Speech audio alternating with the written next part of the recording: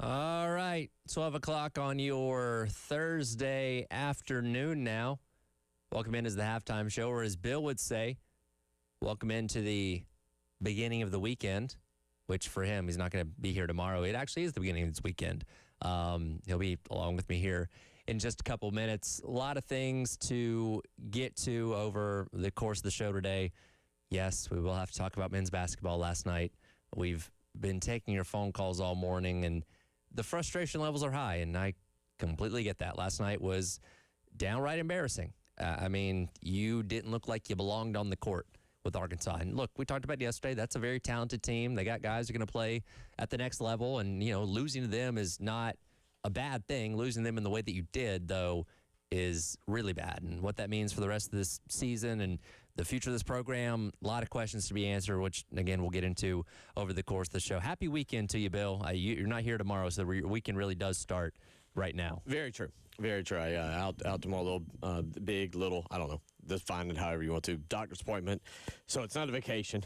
No, unfortunately, we've kind of run into that a lot with both of us lately. Yeah. It's like we're not here for not fun reasons. Right, yeah. So, but a big one, and I'll put a little update out on social media later today to kind of tell everybody where I'm at health-wise. But, yeah, doctor's appointment tomorrow. But going back to what you said, and we'll talk about it because, as I've said, this is kind of the year of Jeremiah Donati and what he's going to do with this basketball program. And the easy thing is Lamont Paris win games. Yeah, makes his job easy. Don't make it a decision that has to be made. But unfortunately, last night, and there's some flaws from last night, late in the game especially. I get it. You're pushing up almost on a 50-point loss, what could have been a 50-point loss, if not for a couple threes hit down the stretch, that it looked like the team quit. And that was concerning. And we'll talk more about that today because now, obviously, you get set to go to a place that, quite frankly, has just had your number for quite a while now in Auburn, and the way Auburn is set up as a basketball team. So we'll see, Tyler, but you know, you mentioned I've been busy all morning. I have not been able to really listen and tell you kind of what the people are saying. I am intrigued to hear what people are saying now because let me be clear on this. If you are angry and you are frustrated and you are upset with the program, the good news is that you have feelings. Mm-hmm. The terrifying thought, and I think they're coming because we're still, today's mid-January, is apathy, and that's not what you want. So maybe we're going through that stretch, that two-week stretch of anger and resentment and all those bad feelings before apathy sets in, and unfortunately, I do think it's coming. I think it doesn't help the fact this is a late game, and you know, you probably had to stay up a little bit past your bedtime to see the end of this thing. So, you know, if this happens at 7 o'clock, we're still angry, maybe not quite as much, but I stayed up until 11 o'clock to watch that. Well, the good news is you could tell probably fairly early on, and you were able to go to bed. I blame you. If you stayed up to the end of the game, you get the blame. Not the team, you get the blame. For anybody that wants to weigh in, Firehouse Subs text line or AAA Heating Air phone lines, how long did you last? Did you make it till all zeros? Did you tune out at the under 8, the under 4? At what point were you done with last night's game? I'm curious. Because of some sleeping issues, I stayed up and watched all of it, but I will admit there was a point where I was like, okay, how bad is this going to get? What exactly is going to happen? It's like morbid curiosity, right? Because all right, you're clearly going to lose this game. It's clearly going to be up by a lot. How much, though, right? I was in the final couple minutes, I was going back and looking because I do remember, you know, in Lamont Paris's first year, there was a couple of 40-point losses to Auburn and Tennessee. I'm like, okay, is this going to be worse than that? No, again, they went on that little run right there at the end to prevent that from happening, but you got pretty darn close to quite literally the worst loss of the Lamont Paris era. It was, and it probably should have been. Yeah, if Arkansas doesn't sub out all their guys and take their foot off the gas, they could have probably scored in the neighborhood of 120 points. It would have been, yeah. They took their foot off the gas. So, yeah, we'll get into that a lot today because there is some things to dissect and discuss. And, you know, I'm not ready to call the season DOA and start having a memorial for it, but I will admit, to be honest, yeah, there has to be a little bit of a thought process to the future of this basketball program just after 25-26 and what it looks like. And I think that question, how do I want to say it? It rises. It becomes bigger with every game. Yeah, I think so. So 803-404-6100, how you can weigh in. We'll do that. Interesting little thing happening with South Carolina football that I'm kind of interested to hear an opinion on. Looks like today, unless something has changed in the last 2 or 3 hours, Tyler, that they will host another running back on campus. Yes. Christian Clark, a running back from Texas who was a freshman this year, would have 3 years of eligibility remaining. And, we knew going in, we felt confident they would go for 2. Going for 3, I think, is just kind of is interesting when you talk about the depth at running back, but also because of the eligibility that all 3 of these guys have. Sam Dixon, Jabri Coleman, yep, and what now would be Clarkston. Clark. Yeah. Great. We're going to have a good time with his name, I can tell, for about 2 hours. But the point would be is you're not getting 1-year assassins. Like Rocket Sanders was a 1-year, all right, we know what he is, we know what he can do. Well, you're almost like resetting your running back room through the transfer portal because of what you missed on in in previous years. You have to. You're essentially what you're bringing in, considering if you were to get Christian Clark, all 3 of these guys would be going into their sophomore year. So you're almost kind of retroactively putting them in the 2025 high school recruiting cycle because, again, you haven't had a running back in the past 2 years. It's really interesting to me, and because we've heard Shane Beamer get a little irritable with almost media members, but he always protects his coaches and his players, right? And for the first time, we heard him kind of go after a coach a little bit. I believe, was it signing day or was it after signing day? I can't remember when, but it was when Marquell Blackwell was let go. And he basically came out and was like, yeah, it's inexcusable. We can't seem to sign a running back. Because I forget, what was the guy's name that ended up going to A&M that Carolina was kind of in the mix with until the last Carson minute? Baker. Yeah, Carson Baker. And then again, it was, I think Monday is when he ended up going to A&M. Out of the blue, by the way. Out of the blue. And there's some thought that Carolina was in contention there because signing day was Wednesday. Beamer, gave his thoughts and all that. And I want to say the next day is when they let go of Marquell Blackwell. So that's kind of one of those things when you heard him say that, I'm like, oh, that's kind of a moment that he doesn't typically take a shot at his own staff, but the writing was kind of on the wall. And I don't know if even getting Carson Baker would have saved Blackwell's job, but again, 2 straight years of no running backs is inexcusable. Christian Clark, the running back today, Caleb Herring, a defensive end from Tennessee, coming in tomorrow, and then over the weekend they'll have Talek Lockett, a Texas State offensive lineman, and Dara, Adamami from Bucknell coming in on Martin Luther King Day on Monday. Did I come close on that? Sure. I haven't heard anybody else say it, so that's the first shot somebody's taken out that I've heard. Good deal. That'll be the rule of thumb for now. There we go. All right, so we'll get into that with the transfer portal. Also get into NFL today. I'm intrigued by the weekend, Tyler. I'm kind of excited to see kind of what's going to go on here with the weekend. Yeah, I think you look at all these matches. Like, I think you could have looked at, wild card weekend and saw a pathway to where the Patriots-Chargers game as well as the Texans-Steelers game ended up being kind of the meh games that they were, dominated by defenses, obviously. I look at all 4 of these matchups as a weekend, I'm like, I just feel like there's going to be 4 really, really fun games to watch between 8 really good teams. I'm with you. Now, I will admit some of the games I'm kind of like, I don't know, a little less excited. Bills-Broncos, I'm very excited about. Could be the funnest game. That one just, I don't know, count me in right now. It seems like anytime the Bills play, I feel like it's going to be a great game. The Broncos have a way of keeping things close. Bo Nix does a lot of good things and then does really bad things. And the next thing you know, it's basically a 3 to 7 point game. Well, they have a dominant defense. With about 5 minutes to go. Yeah, he benefits, much like C.J. Stroud did. Yes. Or has, yes. I should say. But we'll get into that. Also tonight, a big one over at Colonial Life Arena. So we'll have kind of the Oreo cookie effect here.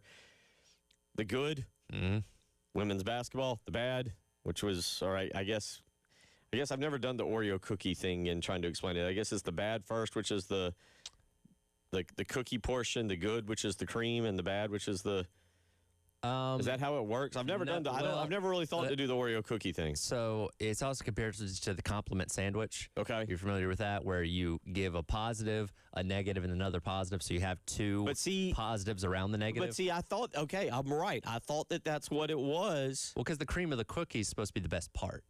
Right, but if you're saying you give the two positives around the negative, you see what I'm saying? Well, I've never heard it referred to as an Oreo cookie. I've always heard it as a sandwich. Okay. But still, even on the sandwich, isn't this best part of a sandwich the meat in the middle? That's true. I guess the most important... What makes the sandwich the meat? Yeah, I guess maybe not the best. The most important part of the sandwich is what's in the middle, the meat, the peanut butter and jelly, whatever it may be. So when you're being critical of something, the most important part is the criticism, but you're covering it with two pieces of compliment bread, if that makes sense. Okay. You've got to I'm not going to argue with you on that. I mean, look, like I said, until I've said it out loud just now, I was like, wait, that doesn't sound like anything that it sounds correct. But we'll get into women's basketball today because obviously a monster game over at Colonial Life Arena tonight. Vic Schaefer and the Texas Longhorns come in. Poor Vic. I mean, should we hold up? So what should we do for Vic tonight to make him feel better about himself in Texas? Just be like, I pity you. I don't know. We feel sorry for you. Should we turn up the heat so he sweats more tonight? Something needs to happen a little bit. My favorite thing ever that I ever saw years and years and years and years ago, probably 90s. I was dated. Oh, God, literally just had his name. His name's easy to remember, Bob Knight. Bob Knight had gone on a hunting trip. Okay. And accidentally shot one of his buddies on the hunting trip. Do you remember this? I do not. You're probably, okay. I was too young for that. And they went to play Northwestern, and everybody, Northwestern's favorite smart student section, second only to Duke, all had like signs and hunting gear, and it just basically said, "We are not deer, don't shoot us." And Bob Knight of all people was so he actually took candy and threw it into the student section, kind of as a, all right, good one. You got me. You got me. Yeah. I don't know. Poor old Texas or some kind of sign like that. Yeah. Like the SEC hates you. I don't know. We feel bad for you. We feel bad for you. So, something where if you're going to the game tonight and you're going to be in view of Vic Schaefer, some kind of sign to emphasize with Texas and just how beat down they've been by the SEC since joining the conference, because Texas has gotten absolutely no preferential treatment whatsoever since joining the SEC. That's definitely not happened. 803-404-6100. We'll come back, get into a little bit of the transfer portal discussion here. Got a text message question from Jeff on the running backs, kind of interesting. Then we'll get into a little bit of basketball this hour. We'll try and not throw you. We won't do the very first open segment with basketball to throw you off. We'll at least make you stick around for one segment. We'll get into these running backs. And Jeff got a question on the text line that I think is a legitimate question, but we'll explain. You're listening to Tyler Head, Bill Gunner, Captain David Dare. It is the halftime show. All right, I had to go just catch my breath. I feel like the last hour and a half has been one of those everything was kind of going well. I see it. I even slept kind of good, but yeah.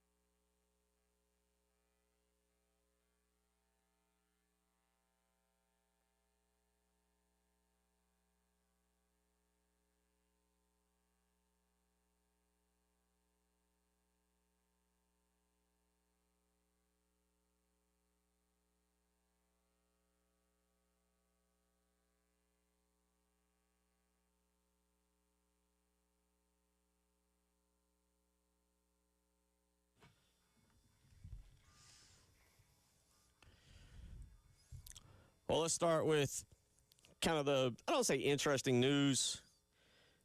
Then we'll get to basketball coming up in the next segment. Ray, we'll get to you in the next segment when we go to basketball.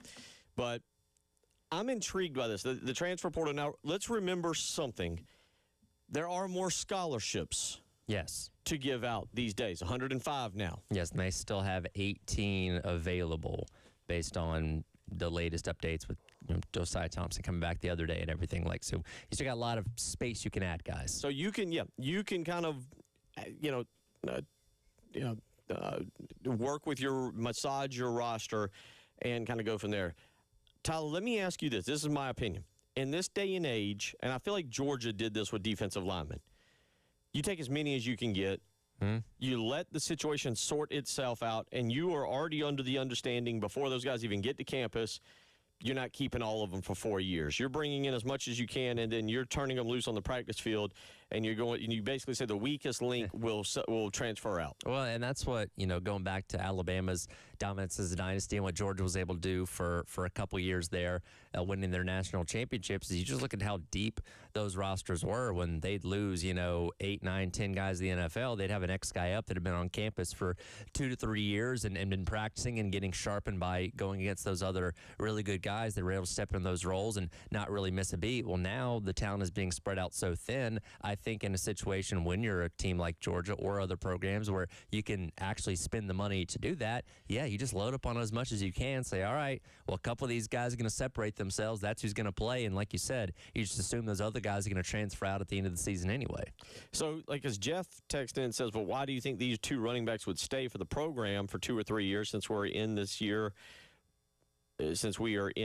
year by your cycle with football? No, they're not going to stay. One might, two might. Again, we're assuming if Christian Clark were to come and you were taking 3 new running backs out of the portal, one of those guys might stay multiple years, but you're probably under the assumption that at least 2 of them are not going to. But that's the chance you're willing to take because you say, all right, we've got 6 guys in the room. 2 to 3 of these guys are going to kind of emerge as our regular rotation of backs, and we'll go from there. And I say this because Christian Clark is not this. This is an interesting running back prospect coming from the state of Texas, coming from the University of Texas, originally from Phoenix, Arizona. 55 carries, 236 yards, and 2 touchdowns. I don't know if he'll come to South Carolina or not. That's obviously to be determined. But to go after another one, I think is interesting. And Clark, by the way, in the Cheez-It Citrus Bowl, mind you, Cheez-It Citrus Bowl, had 20 carries for 105 yards and a touchdown against Michigan. So on production alone, he's the best looking back you would sign. Yeah, well, you know the most about him. Again, Coleman didn't play at Penn State this year. The other guy from Ohio State, played very sparingly. So you'd have a better idea of what Christian Clark is compared to these other guys. And that doesn't mean he's going to come in and automatically be your RB1. You're not getting, and Chris used a really good analogy in the last hour, none of these guys are one-year assassins, right? When you got Rocket Sanders out of the transfer portal, you said, all right, this is a guy that's going to have 1 year to come here, hopefully be a 1,000-yard back and help out your offense. And he did exactly that. Now he's gone off, to the NFL. These guys aren't that. Again, when you took Jawarn Howell out of the transfer portal a couple years ago, you knew he was more of a long-term play, a development type of guy that thankfully has stuck around up to this point. And we'll see what kind of role he's going to play this upcoming year. And you look at these other guys, again, assuming maybe one, hopefully maybe 2 of them stick around if you do get Clark as the commitment, are guys that can be here for the long term that you can develop under a new running back coach in Stan Drayton that can hopefully get the best out of them. Again, there's a couple pieces to discuss as it pertains just to the evolution of college football. One is now the 105-man scholarship list. Marv on Twitter has hit me up the last couple days, and he had a legitimate question. I don't know the answer to this. My guess is the answer is no. And this is kind of changing subjects just for a second, but again, it is talking about the evolution of college football. Marv asked me if the travel roster now might expand a little bit, given that there's more. Now, I don't think so. I would be kind of surprised. I haven't heard anything specific on that. I would lean towards no, but I haven't seen anything definitive about that. You typically had close to 105 players to begin with. It's just about 20 of those were walk-ons. But I will say now that you've got 105 scholarships, you you can do a little bit more like this, which is take a better player than, and no offense to anybody who's been a walk-on and worked their way up. I'm not trying to put any walk-ons down.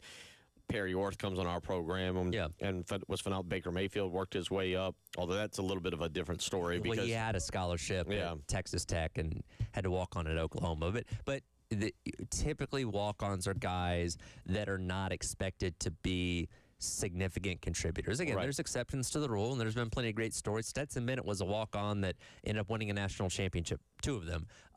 So you have exceptions, but more often than not, your walk-ons are supposed to be your scout team guys. They're supposed to get these scholarship players ready to play. So, and I say all that because I don't think everybody will go to 105. It'll be kind of like yesterday. South Carolina awards a walk-on scholarship, a walk-on linebacker a scholarship. But with that being said, Tyler, this is a situation I think where in years past you might have been like, no, we can't waste a scholarship here on a third running back. Right. Now I think you look at it and go, hey, there's no harm in it, and it is something to think about when you follow the transfer portal and now when you follow recruiting and you go, well, why are we taking so many guys at one position? And mind you, this obviously doesn't go for South Carolina. It goes for Georgia or Florida or Alabama, who now, if you're like, well, wait a minute, they've taken 4 defensive tackles. Yeah. Why are they taking a 5th? Why can't we keep that guy? And I think it's going to be interesting to see now because right now you are very much filling areas of need and all that kind of stuff for specific holes that you have in your roster. And again, the transfer portal closes tomorrow to put your name in. You can still get guys out for the next days, weeks, and all that kind of stuff.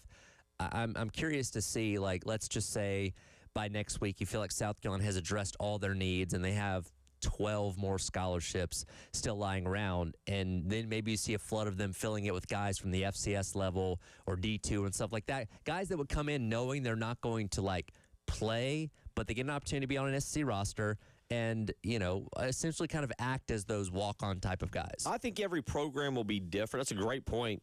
But I think every program will be different, whereas you'll reward your walk-ons, your current walk-ons. The question, here's the other part to that. You say that as if they'll fill it up. Does an athletic director and a coach have a meeting and be like, hey, we got 12 extra scholarships? And the AD's like, yeah, we can take that 12 and save it. We can save that money. You don't have to. Right, exactly. And, you know, is 85 enough? Is 90 enough? Is 95 enough? I don't know. That's a Shane Beamer question. But going back to South Carolina and these running back rooms, so how do we evaluate the running back room now? And Christian Clark is not committed and he's not signed. Let's be very clear on that. I will admit this has become now a player that I'm like, yes, add. This has become a priority because you're going after him. And you know, we don't expect something happening with Sam Howell or Jabri Coleman. Look, I like Matthew Fuller, Jarwan Howe. We don't know anything. I don't think we really know anything about Isaiah Gustav. He's still here. Yeah, exactly. I mean, but I like having 6 guys back there, and I like the addition potentially of Christian Clark when you're talking about trying to upgrade this running back room. And again, we can't look at anybody specifically and say, okay, well, that guy's definitely going to be the feature back. You're looking at a back by committee right now, hoping somebody takes the reins, and as the season goes along, you say, all right, well, we're going to give him more run because he's kind of separating himself from the room. Again, you've seen good things out of Matthew Fuller. You've seen good things out of Jordan Howell, but they have not laid claim to being the guy in that room yet. And again, competition makes everybody better. And when you have guys that, again, are coming from Penn State, Ohio State, and potentially Texas, if Christian Clark commits as well, you know these are guys coming from high-level programs that were legit coming out of high school to some degree that hopefully can make your room better. Well, again, to me, the thing with Christian Clark is and I know it's one game, it's a one-game sample size, but you actually have some production that you can look at. Against a good defense. Against a good defense in Michigan, 20 carries, 105 yards. And again, to me, part of it is getting 6 guys in there, going back to Jeff's question that I liked, and saying, all right, fellas, you figured out. Which one of you wants to show up to weight room 30 minutes earlier? Which one wants to stay 30 minutes after? Who wants to be on the practice field first? Who's too lazy to stick around and go through the extra effort? Who's reading the playbook the most? And from you, we will dwindle to, say, a 3-man class and then recruit 2 more. And I think that's the way it's got to be, and that's the way, in my opinion, 803-404-6100 if you agreed or disagree, you recruit all your positions now. Yep. There's no longer, I think, a number that you get set on and say, well, we're we're at 85 scholarships. We can only have 15 linemen. Well, we can only have 6 defensive tackles. Well, we can only have 7, whatever number you want to go with, arbitrary number. I think you take as much talent as you can get, and it's basically a week-to-week tryout. And the guys that simply can't cut the mustard, hey, man, we appreciate it. There's plenty of other schools out there. You go find your school. Again, that's what competition in a room does. When you have seemingly maybe more than what you need, it's easier to weed guys out. 803-404-6100. All right, we'll get back to the phone lines in Ray. We'll talk some men's basketball when we come back. You're listening to the Halftime Show.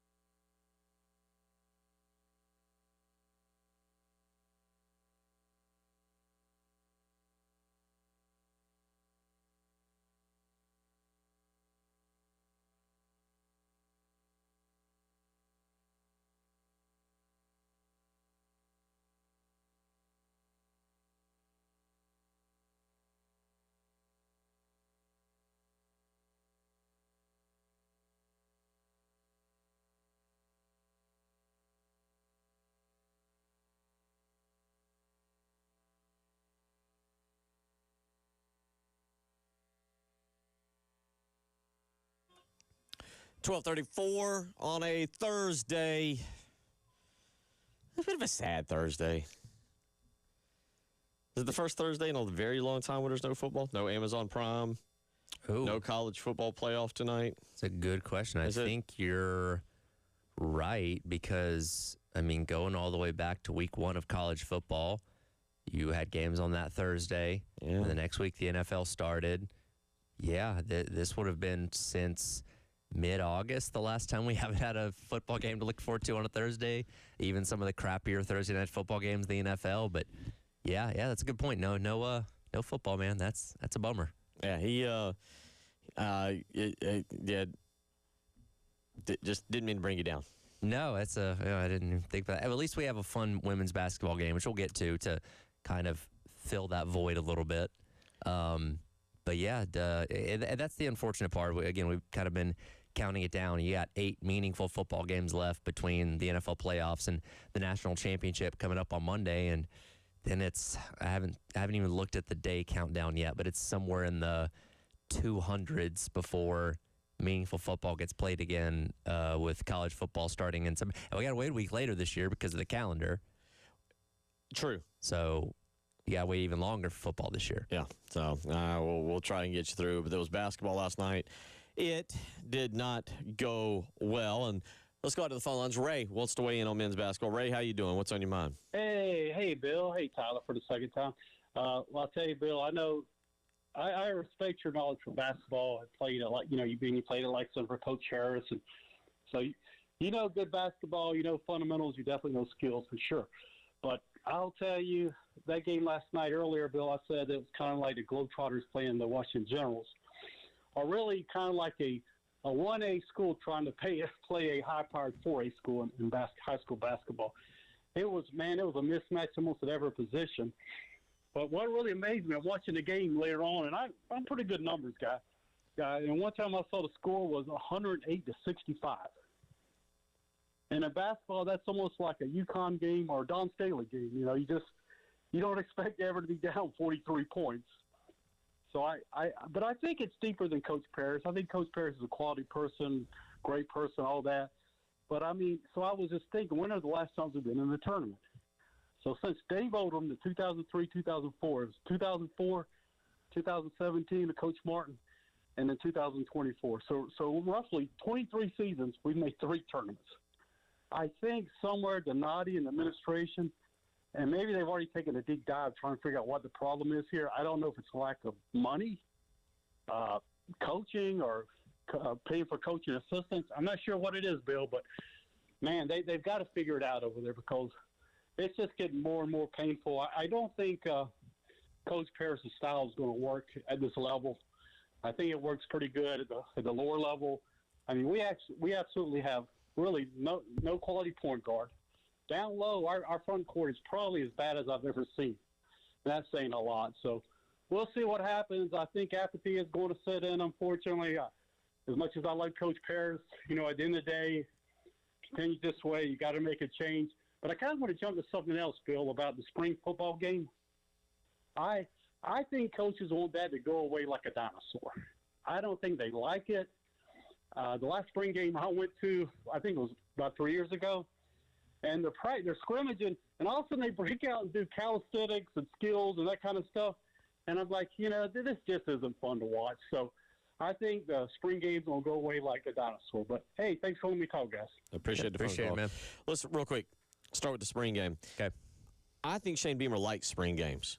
To each his own on the spring game. Because he could have very easily gone with the trend last year and canceled it like everybody else would have done. But he did make it a point to have one. It was not televised, obviously, but a pretty normal spring game by all accounts than what they've done in the years past. Yeah, while I agree with you, Ray, I think if you were to poll coaches, would you say 136?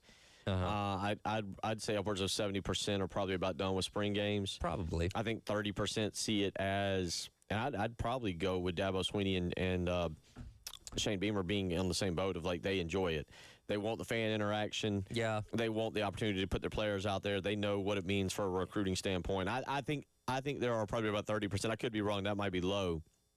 I think it would be low if anything. I don't think it would be high. But That's my opinion, and it's going to be to each his own. But I think as long as Shane Beamer's here, if they can have a spring game, he'll try and have a spring game. And that is one of the couple benefits that you have to it that people can point to is, one, you get to put your younger players in an environment because, again, they scrimmage throughout camp, but there's not fans there. Not that Willie B is going to be sold out for the thing anyway, but you get them in front of a couple tens of thousands of people, more than they've ever played, in their high school careers. And there is something to be said about that and just kind of getting them used to what the fall is going to be like. And then you mentioned the recruiting opportunity. It's an opportunity to showcase your environment, kind of a mock of what your game days are like. And who knows, can that sway a couple of recruits? Maybe so. And if so, it's worth it. On to Ray's question, I don't want to offend people. And I'm a basketball guy through and through. For those that don't know, my grandfather was very, very close with Frank McGuire back in the days. He is mentioned prominently. My grandfather, Homer Fesperman, is mentioned prominently in one of Frank McGuire's books. And my family had strong ties to the South Carolina basketball program, especially in the 70s, in an era when obviously things were going really, really well. So, and being born in 1982, I don't pretend to be a South Carolina basketball historian, but quite frankly, if you were to ask me if there was a sport that's more near and dear to my heart at the University of South Carolina, it would be basketball, because, again, family ties as opposed to football. So I love South Carolina basketball. I want to see it excel. I've worked, for those that don't know, I worked in recruiting, not for South Carolina, but nationally. I worked with ESPN and 24/7 Sports as a head recruiting analyst for basketball. I have owned a scouting company that I traveled the Southeast and scouted players back 15 or 16 or 17 years ago. I say all that to give you background because I love South Carolina basketball. And so what I'm about to say, I don't say lightly, but it is an opinion of mine, Tyler. And some of you are going to be like, yeah, you're right. Some of you are going to be like, no. I think most of you are going to be, yeah, you're right. South Carolina basketball is amongst the worst power programs in this country. Ray right there just said, well, in 25 years, essentially, 2000 to 2005, South Carolina has 3 NCAA appearances, 04, 17, and 24. You can take it even further back. As we sit 50 years, in the last 50 years, Tyler, do you know how many, can you ballpark, how many tournament appearances South Carolina has in the last 50 years since 1975? I'm going to go with 5 or 6. 6 is the number. I have theories and opinions, and having, again, been around it, having gotten to know Dave Odom, having probably been one of the few people who was close with Darren Horn, a very, very good relationship with Frank Martin. I know some of the obstructions that the administration has put in front of all those coaches. I'm not saying that all those coaches were great coaches and that if the administration had given them everything they'd want, that things would have worked out. There's a lot of flaws with South Carolina basketball, but you look at it again, since 1975, there was a 1989 tournament appearance. And again, to give you background, I don't know if there's something you remember when you were specifically little, but 1989, South Carolina played North Carolina State, Chris Corciani. And the other guard for North Carolina State, Fire and Ice, I can't remember the other guard off the top of my head, in the NCAA tournament and lost 97, 98. No need to relive that. 04, 17, 2024. Ray brings it up. For what this program needs more support from the administration, and you have a new AD in here in Jeremiah Donati that comes in, and we'll see. By all accounts, from what I'm told, from what I've heard, I don't know if I would say, boy, they got everything they needed, but they got a lot. And what direction this basketball program takes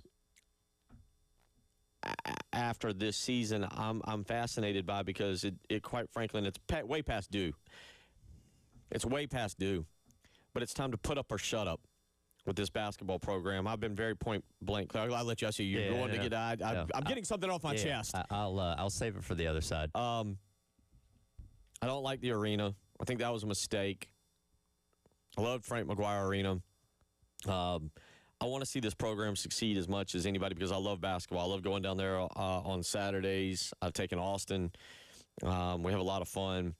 And just quite frankly, we don't have enough. We don't have 3 hours. Y'all don't care for me to do this for a week on the issues of South Carolina basketball. But to Ray's point, it's time. It's well past time for this program to make an investment in college basketball. And we'll talk more about that. Last night was unacceptable. It's absolutely unacceptable. Absolutely unacceptable. I don't care how good you are. We'll talk more about it. You're listening to the Halftime Show.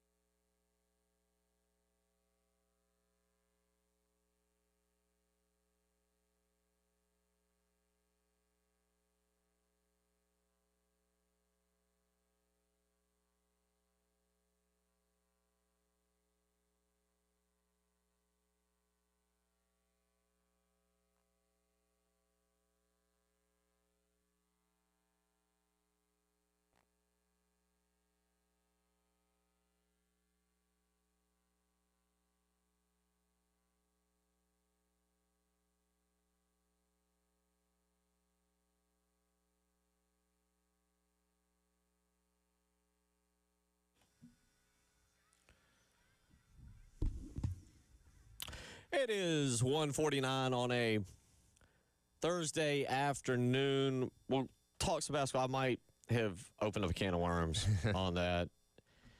I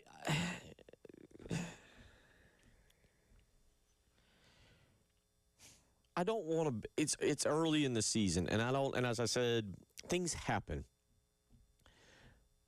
And I like to tell you, Tyler, and all our listeners, and this is being not humble, I can see the writing on the wall. Right. I think we all can. I'm not smarter than y'all, but Ain't looking good. But you hate to do it ahead of time. But we do need to have a serious conversation about the University of South Carolina basketball, and I don't mean this year. I mean overall. And that goes back to what I was just saying there, Tyler, as it pertains to my affinity for South Carolina basketball. And again, mine is a little bit stronger because of family ties. I love football. I've had incredible memories growing up and tailgating and going to games with my father and now taking my kids. And I love South Carolina football. And don't get me wrong, you know, that's an event to go to. But South Carolina basketball is a different animal. And we've been robbed. I mean, if you want to put it point blank, we as a fan base have been robbed. We've been robbed by the administration. I don't think they've hired awful coaches. I don't think Lamont Paris is an awful coach. You bring in really essentially three in what I will label as my lifetime, 90-ish to now, three Hall of Famers in Eddie Fogler, Dave Odom. Let's forget the Dave Odom years here for a second. Let's focus the totality of career, and Frank Martin. South Carolina's had good basketball coaches. Say what you want about Steve Newton, the other guys that have rolled through, Steve Newton, Darren Horn, and now Lamont Paris. Tyler, it's not, you know, there is more to, why hasn't South Carolina basketball succeeded than just like, we haven't found the right coach. Yeah. Fogler, Odom, and Martin have had pockets of success that show that it is capable here. Well, and, you know, if this was 10 years ago, even 5-6 years ago, before the advent of NIL and all that kind of stuff, you could just kind of chalk it up to, well, it's just a program where those kind of things don't happen. It's just kind of doomed to be in that middle to bottom end of the SEC. Because we've seen not only in basketball, but look at Indiana playing for a national championship in football. Look what Vanderbilt's doing on the football side of things. If you invest in it, you do have to have the right coaches in place, too. If you invest in any sport enough in college sports now, you can be more successful than any part of your history has ever suggested you should be able to do. Now, I don't know if you're ever going to get your wish of getting a new arena. I think Colonial Life Arena is here to stay for a while. But on the actual, team side of things, it does take investments to change things. And we talked about this a little bit earlier. There was that report that came out after last year. I believe the Bengal Tiger wrote about it, where South Carolina and LSU were the two teams in the SEC that spent less than $2 million on their basketball roster season ago. Obviously, disastrous season for Carolina. LSU was the other team in the SEC that didn't make the NCAA tournament. We knew South Carolina invested more. We don't know how much more. We just know more. But it still doesn't seem to be enough to be able to compete with. Again, and Arkansas is not even the best team in the conference, but they ran you out of the gym last night. So that's what it takes, is investing more, obviously making the right hires too, but investing to a level to make you competitive with these other teams. And it's not just saying you can go out there and beat an Auburn or a Florida on a random night. No, you have to be able to be consistent against those kind of programs. Just out of curiosity, real quick, don't give me a deep dive. I want to come back to it later. Who you got as the best team in the conference? Oh man, I actually, because I have Arkansas. I'm not saying you look at their losses. They have the thing where they're playing all the Elite Eight teams from a year. So maybe their record is indicative of how good they actually are. Vanderbilt lost their first game last night. Obviously, Florida's still really good coming off the national championship a year ago. I think it's too early to tell. Okay. There's a mix of teams in there, and Arkansas I think is in that mix for sure. But I guess definitively they are not far and away the runaway number one as of right now. I guess is a better way to phrase it. I'm fine with that. Maybe we're gonna take a left turn on the program and have a little bit of a conversation here, because last night was embarrassing, and there's no other way to put it. And it's not embarrassing. You get beat like that, but as I said, and as a basketball guy who's coached at the high school level, who's coached at the high AAU level, who interviewed with Mike Young at Wofford and could have taken that job and been a college coach. there are times in games, and Tyler, did you watch? A couple people hit us up, by the way, and said that they didn't make it very far. Mhm. Although David from he says Valentine, maybe Valentine, but I'm not sure. Valentine, I don't know where Valentine's at. Made it all the way to the brutal end. Well, props to you, man. Good job. Good job. You deserve something for that. And I made it to Valentine. Yeah, he's from Valentine. I go back and read some other text messages. I just, how far did you make it last night? I got to about 2 minutes to go. Okay. You can tell when another team is just messing around, throwing alley-oops off the backboard and other things, and just laughing at your opponent. And that's what Arkansas was doing last night. Pretty much. And that's embarrassing. That's obviously, that's absolutely embarrassing. And we'll talk more about that. You're listening to Bill Gunner, Tyler Head, Captain David Dare. A lot to get to this afternoon, including some more NFL discussion. You're listening to the Halftime Show.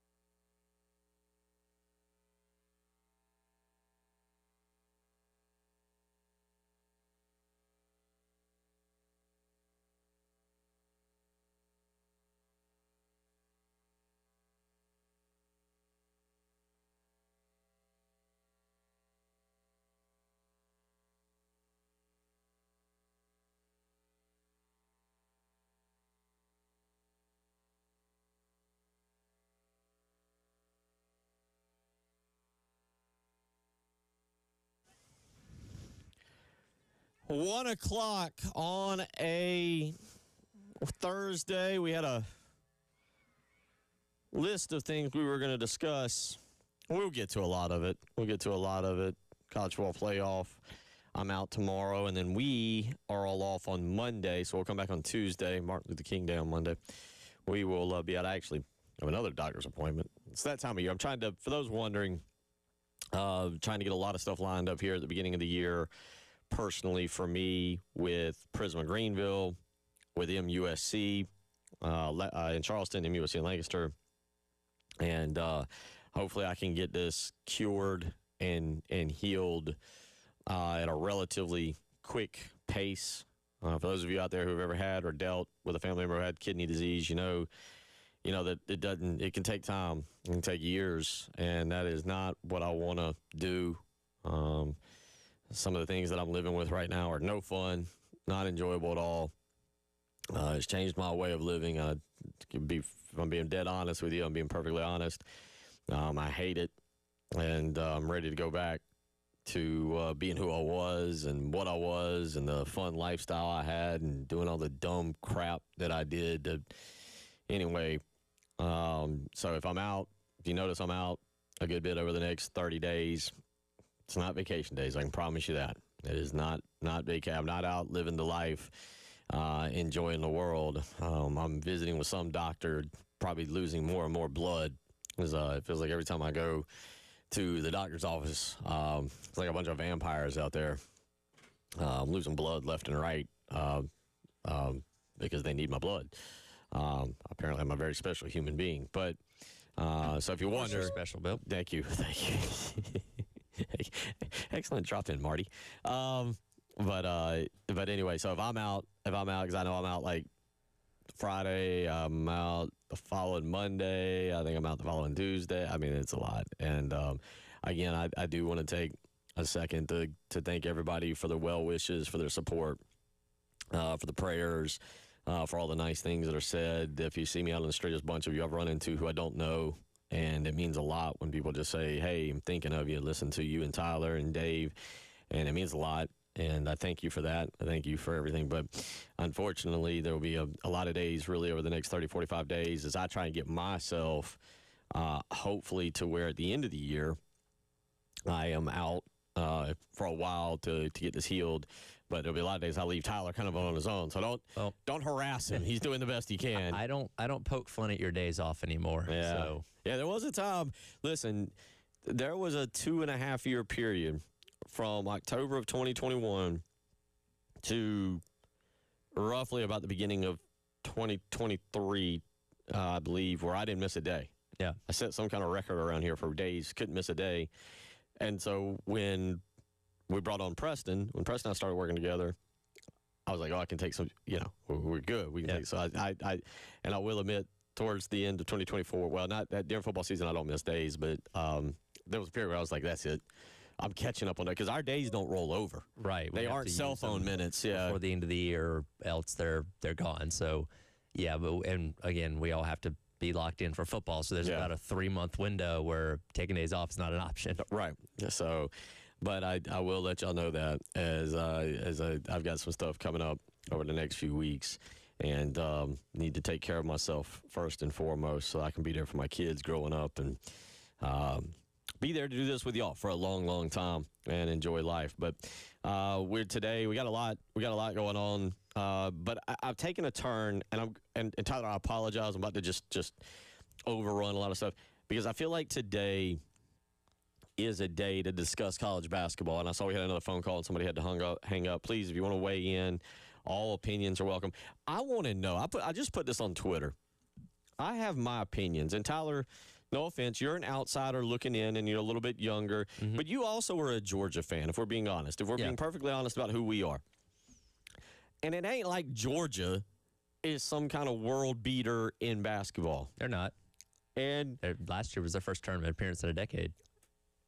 And yet it feels like Georgia has had, well, it doesn't feel like, it is. Georgia has had more success in basketball, and I don't think anybody out there would say that Georgia promotes any more resources to their basketball program than South Carolina does. And it's funny you mentioned that because, and I've brought this up many times, when I moved here and started doing this job, that was one thing that really stood out to me was how much this fan base, this state, this community cares about basketball and how invested they are in this men's basketball program for one that historically has not had a ton of success. And again, growing up in the state of Georgia, going to the University of Georgia, Georgia basketball is something that not everybody is into. And yes, there are certainly plenty of diehard Georgia alums and Georgia fans that care about every single sport that's played. But when you're out and about in the community in Georgia, if you're in the grocery store and you see somebody with a Georgia hat on, chances are that person's not really paying that much attention to basketball. Right. You know what I mean? You can talk to them about football, sure, but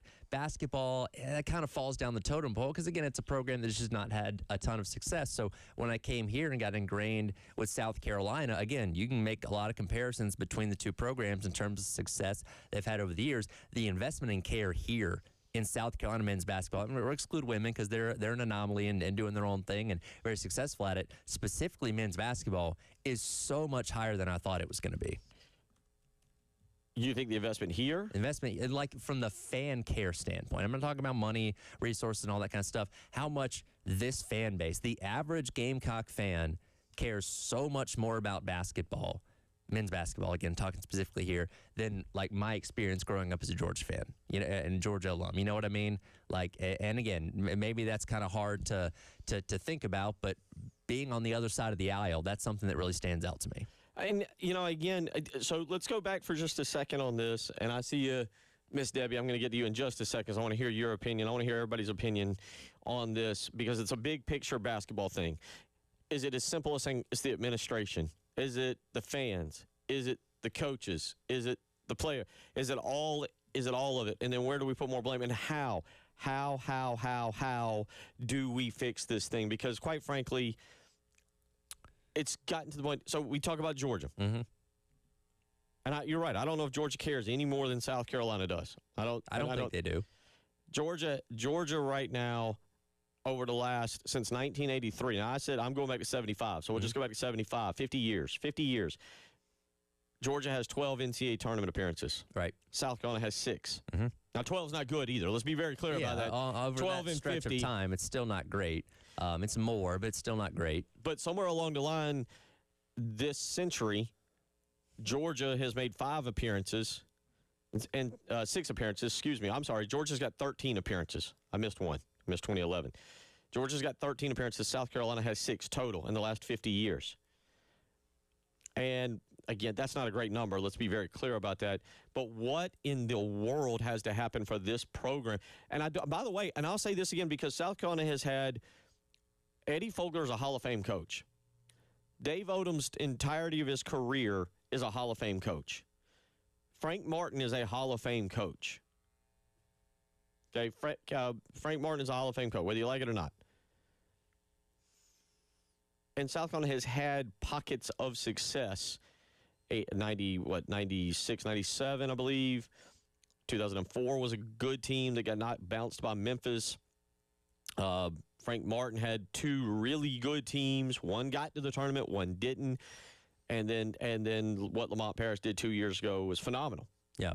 But why does it seem like a blue moon situation where it comes out of nowhere and then dissipates before we can ever get to enjoy it? No offense to Lamont. I'm not trying to pick on Lamont Paris. I'm not trying to pick on any of the coaches.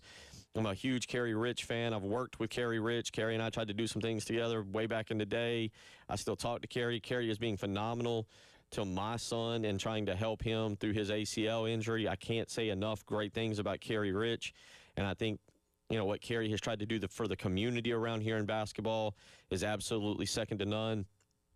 So I'm not trying to put those guys down, but I am trying to have an honest conversation this afternoon about a program at the University of South Carolina that is, whether you like what I'm going to say or not, is one of the worst basketball programs in all of Power 5, Power 4, high major. It's labeled more high major basketball. Yeah, and again, for the pre-NIL transfer portal era, I think you were just kind of saddled with being what you were, no matter what coach you hired or whatever, because you just weren't historically that type of program. But now you have the opportunity to change all that. And again, that comes with investment, that comes with hirings, that comes with the guys you get out of the portal and all those kind of things. And up to this point, with the exception of the 1 year in 2023/2024, they haven't been able to hit on that because, again, we're now in year number 4 of Lamont Paris. And it's very clear that tournament season was the exception, not the norm.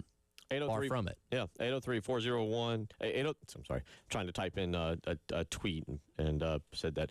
803-404-6100. Let's go to the phone lines and get some of your opinions. Debbie wants to weigh in. Miss Debbie, thank you for being on hold. What's your opinion on this? Hey, first off, I'm going to pray for you, so I'll keep you on my prayer list. I appreciate that. And what's your name again? I apologize. Bill Gunner. No, I have I have a brain tumor, so my short-term memory. Oh, okay. No, I'm sorry to hear that, and we'll pray for each other, but Miss Debbie, but yeah, I know God is good. yeah, I just wanted to make sure. Bill Gunner. But anyway, Mr. Bill, I am like you. I agree with you. I grew up on Frank McGuire basketball. I graduated from Carolina, but I've been a Gamecock basketball fan since I was 5. My good friend when I was younger, her dad was friends with Frank McGuire. They lived right around the corner from each other. They took me to the games. But my opinion on this is if you can't recruit, Bill, if you can't recruit quality players that can play at the SEC level basketball, you're not going to win regardless who your coach is. That's just my opinion. And I think too, we made a mistake. And this is no slight to Coach Paris at all because I like him. I think we let Frank Martin go a year. We should have given him at least another year because of the COVID and some other things. But Frank Martin was the closest thing we've had in years to a coach that came to Frank McGuire coaching. You know what I'm saying? I agree 100%. I agree 100% with you. And when I hang up with you, I'll explain a Frank Martin story and why I don't think he should have been let go when he was let go. But go ahead and finish your thoughts. And then one more thing. I think, too, one reason we can, and this applies not only to basketball but to football as well, one reason we can never, when we have a great team with quality players, with winners, we never can get to a playoff. We can never get to a championship playoff because those players that are the pro level, they leave early. They don't stay with the team and they leave early. So, and I've got a problem with that. And I'm not a big fan of the portal. I'm not a big fan of the NIL. But anyway, thank you for letting me share. And I will definitely pray for you. Miss Debbie, I'm praying for you. We'll pray for each other there. And thank you for listening each and every afternoon. We really do appreciate it. Your phone call. We'll come back. Ty, I see you. I want to hear your opinion as well. I'd like to hear a lot of y'all's. Tyler and I, we're going to change this because last night was bad. Yeah, it was bad. And to my point, Tyler, and I want your opinion on this. Like, you've watched basketball, but when you see another team almost start toying with another team. Yeah, that should not happen within your own conference. Again, I made the comparison earlier. If you took the logos off of South Carolina's uniforms and asked you, is that an SEC team or Coppin State out there? You'd probably think it was Coppin State because that's how badly they were getting just embarrassed by Arkansas. Again, they were toying with them by the end of the game, throwing nose. Nick Pringle got 6 dunks or whatever he had. He was having a great time, getting revenge against his older team or whatever. But, yeah, those kind of things shouldn't be happening, especially in a 4th year of a head coach. I agree. 803-404-6100. We're going to get on this path a little bit. I want you to weigh in this afternoon. No opinion's wrong. You can tell us we're idiots. It's fine. I don't care. But weigh in with your opinion. This is a program at the University of South Carolina that has to be fixed. I feel, I could be wrong because I don't know the financial aspect of it, I feel Jeremiah Donati is trying to do financially what he can for football to give Shane Beamer each and every opportunity to succeed. That's how I feel. That's how it appears to me on the outside. What has to happen for South Carolina? Is it as simple as that? Is it as simple as Jeremiah Donati stepping to the plate that maybe other administrators have not done? Justin weighs in on the text line and says the same thing. Admin support. Send in your opinions. I'm interested to hear. 803-404-6100 is the halftime show.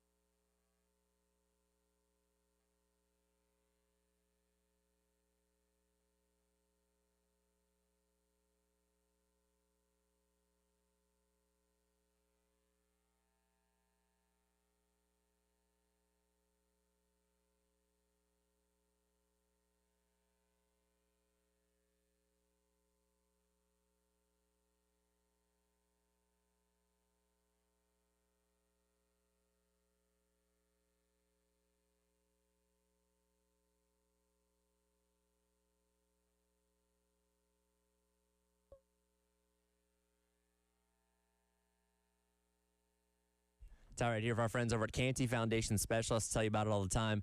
But I'm happy to remind you once again, you always need to be on the lookout for things around your home that look a little bit off. Things like cracks in your exterior brick, cracks in walls or above windows and door frames, doors or windows that might be sticking, uneven or bouncy floors, or cracks over your garage door. If you notice any of these problems with your home, you could have serious foundation issues, and you do not need to let those issues get out of hand. That's where our friends at Canty Foundation Specialists come in. Go online to schedule an appointment today at cantycanfix.com. They'll send a professional out to your home to evaluate foundation issues and get them fixed so you and your family can live worry-free going forward. Again, go online to schedule an appointment today at cantycanfix.com for our friends at Canty Foundation Specialist.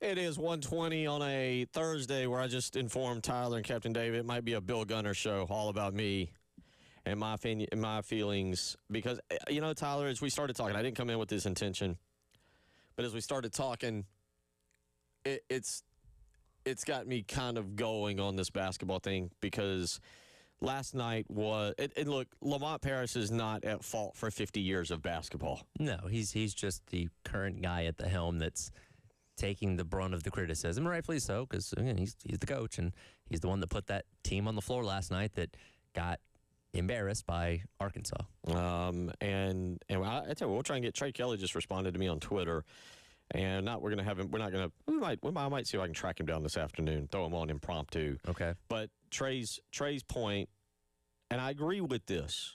And this was the end of the Frank Martin era. And yes, for clarity, I'm a Frank Martin guy. Okay? Let me be very clear about that. I'm a Frank Martin guy. And Debbie said they shouldn't have been fired. Frank Martin, and I don't know this for 100% fact, but I'm about 98% certain. Frank had 1 year left in him. Mm. Okay? We've talked a little bit about this week with expiration dates on coaches and teams. Right. I know from talking with enough people that Frank Martin knew his expiration date was up. Okay, I know enough. And that 1 year and what he had coming back, he should have been given that year. Now, if they failed, as I had very good conversations with people around the athletic, if he failed, it was an easy fire. It was an easy fire. Sure.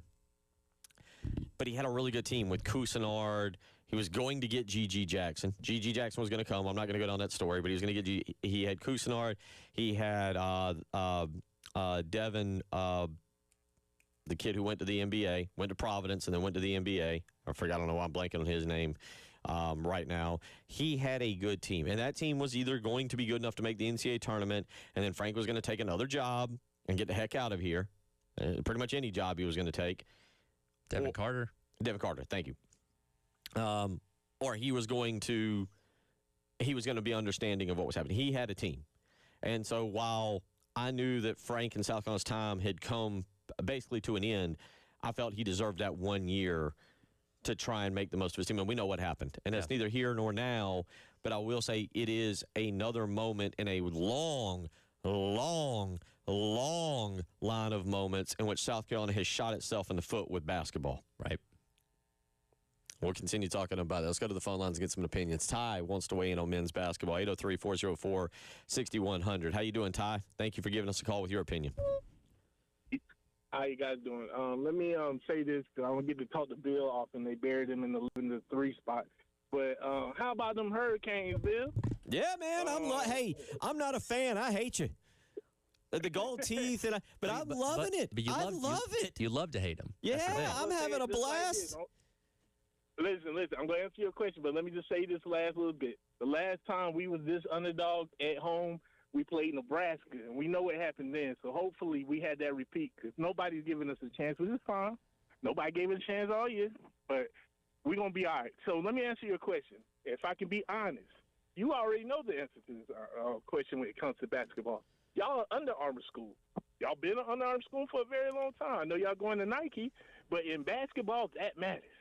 And when you have certain players not allowed to go to certain schools for you know why, and they get filtered to other schools, you're not going to get the talent you need to be able to compete in basketball, period.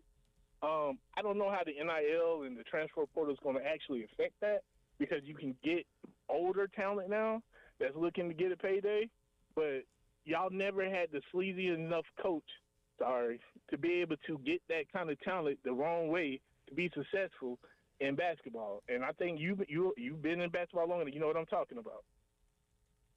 Am I wrong? Yeah, I mean, again, and I'm not trying to have a conversation based on what's happening this year or even what's happened the last 3 years. The last 3 years right now feature one really great year. Last year was bad, epically bad. And then this year, I'm trying, this is a totality of everything over the last 50 years. And why are we continuously here? And also, too, another thing, and you know this too, Bill, being in the state, for whatever reason, when it comes to the people within the state and the basketball community, it's never a good thing when you talk about USC basketball. And I can't put my finger on why. I know coming up playing basketball, I always heard never go to USC. I don't know why that's like a mantra, but and we have a lot of in-state talent that's good. I don't know why they leave the state. They don't go to Clemson. It's just something within the basketball community that don't really shine bright on the institutions within state. And I'm still in it now with my daughter. It's different in girls basketball. We all know that. But it's just it's no footholds Like, people are not, like, pointing the young talent to that direction. And it has a lot to do with, like I said, the Nike situation. That's just my opinion. I'll hang up and I'll listen to you guys. And thank you for the phone call, Ty. And I think I'm pulling for your case. That's a whole other. I'll jump off of the basketball discussion. We got to get into that. All right. In the last hour, so we can do some college football discussion since I won't be here tomorrow, and then we're out on Monday. But it will be interesting, Tyler. Very interesting. I think across the board, like having again. Let me be clear on this and take you behind the curtain for a second. I have heard things that I know to be true, being in the hospitality rooms of basketball, where basketball mattered, especially when I was doing it from about 2000 to about 2015 to about 2015. Nike, Under Armour, it really was Nike and Adidas. Attracting talent was massive. Yeah, no, that's a very real thing. I mean, and you know, most of y'all know that too. And yes, being an Under Armour school hindered South Carolina. One of the many, as I just said, many bad things about the University of South Carolina, right, in terms of basketball. Under Armour hindered them tremendously. I don't know if just going to Nike next year fixes some of the basketball things, but I do think, going to Ty's point, it makes it a little more interesting. It does. There's a appeal to that, obviously, with the brand and everything. I'm trying to remember, because I don't think Carolina, I know you weren't here because you were out when the Nike deal was done and all that kind of stuff. I don't think there was the NIL component tied in like some other schools. Like Tennessee, going back to Adidas, has got the NIL tie-in with their new contract, and that's for all sports, obviously. But I imagine, basketball is going to leverage that as best it can. I don't think Carolina has that with their Nike deal, if I remember correctly, which is something that I was hoping for to see with the new contract. But, again, it is what it is. Generally speaking, I can't say this to be 100% certain, but generally speaking, the way that'll work, if you've got a Dylan Stewart or Lenore Sellers, Nike will be like, we want you. Yeah. Now, it might not be ingrained in the contract where they have to take somebody. Sure. But Nike will step in. And I saw the other day Lenore Sellers put out, I guess he is already working with Nike to design cleats. So it feels like on July 1, I believe it's July 1, yes, when that contract flips over. And we can all rush down to the bookstores. We can go over to Gamecock Traditions. Well, the day before, you can buy all the Under Armour stuff really cheap. Let's see what stores step up and follow through on that. But on July 1, you can get out and buy yourself a bunch of July 4th presents, early Christmas presents, if you will, for Nike. And we'll be able to do that. Casey, I see you. I'm going to get to you when we come back. We'll continue this discussion. Casey also wants to talk about Josiah Thompson, so we'll switch back to some football and some transfer portal talk.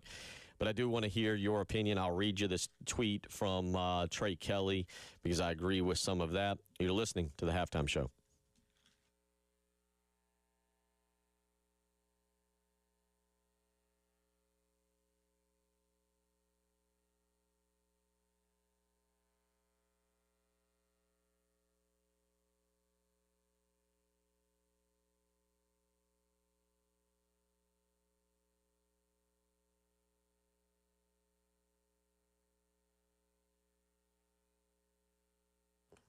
Bill Gunner for Mid-State Roofing. Well, you hear me talking about them each and every day, but that's because they deserve to be talked about. When somebody is as great as Mid-State Roofing is, when somebody is the leader in their industry for nearly 30 years, for over 30 years, they deserve the praise that is due upon them for their efforts, their job, and the way they treat you, the customer. And at Mid-State Roofing, whether it's your home or your business, they've been there for the customers of South Carolina. Let me repeat that, because I don't want you listening somewhere else this morning thinking, oh, Mid-State Roofing can't get to me.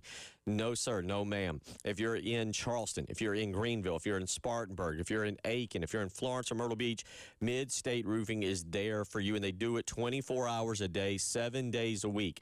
That's right. You call them at 11 p.m., 1 a.m., 3 a.m., you'll speak with an on-call technician. 803-356-1919. If you've got a leak, let Mid-State Roofing take a peek.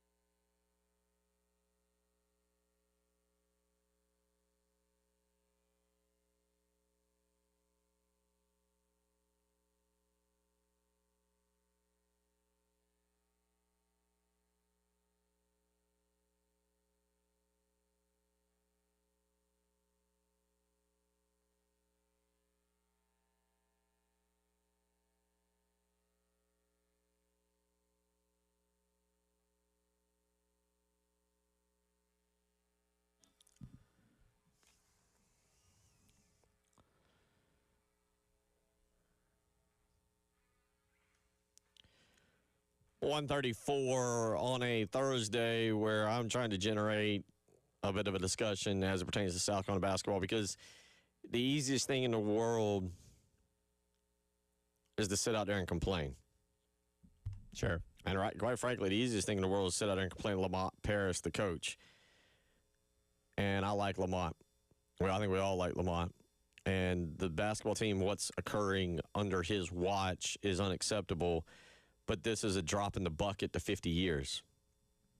And just firing Lamont Paris and moving on based on South Carolina's history doesn't solve anything right now. Yeah, you have to, I guess, change the entire philosophy of the way this program's viewed internally.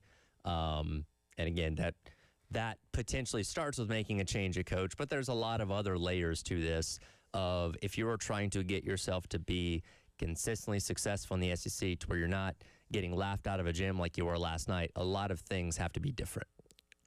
Last night, for the record, one of the things happened that we thought had to happen for South Carolina to be in the game. Meechie Johnson had a Meechie Johnson game. Meechie Johnson had a go-off night. He was great. 29 points, 9 of 13, 3 of 6 from the range, 8 of 10 from the foul line. If I give you no other context besides that stat line for Meechie Johnson, what do you think happens in the game? If I did not watch the game and I come in here today and you go, all right, Bill, Meechie had 29. He had 6 assists, by the way. Mm-hmm. He had 3 turnovers. I mean, if you read me the whole stat line, me being a basketball guy, I would have been like, all right, they're in the game in the final 4 minutes. Yeah. If they don't win, it's a close game that comes down to the end. Right? They're in the game. Maybe free throw. Here's the thing with basketball that's funny. All right, they fouled down the stretch, and Arkansas made 6 free throws, and they lost by 10.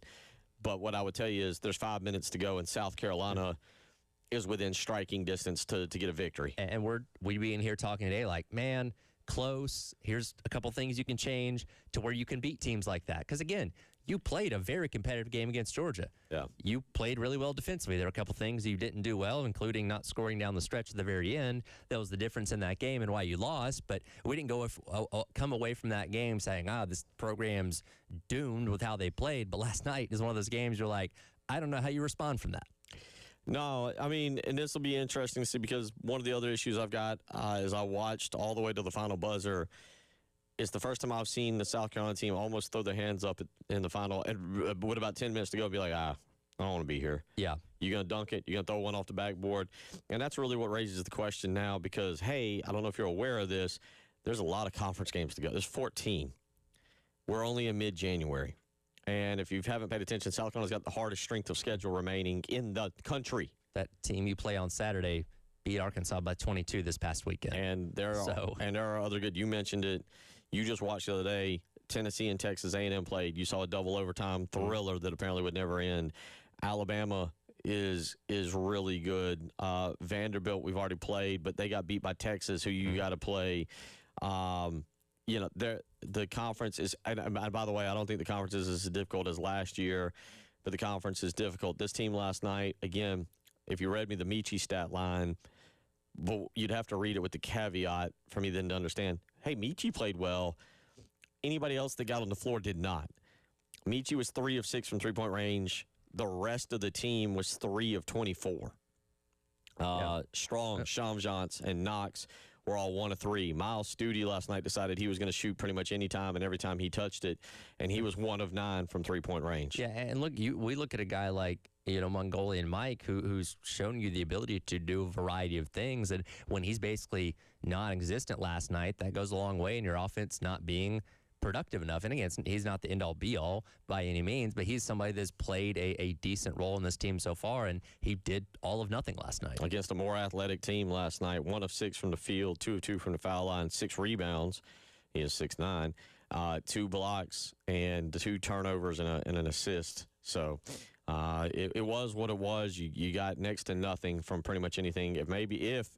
If I'm really looking for a silver lining and I'm digging deep, off the bench, freshman E.J. Walker, 9 minutes, scored 7 points, 3 of 4, and grabbed 2 rebounds. I think the thing that was the most glaring last night was, and look, we know the paint defense hasn't been great, but it was egregiously bad last night to where it felt like they were kind of stepping out of the way.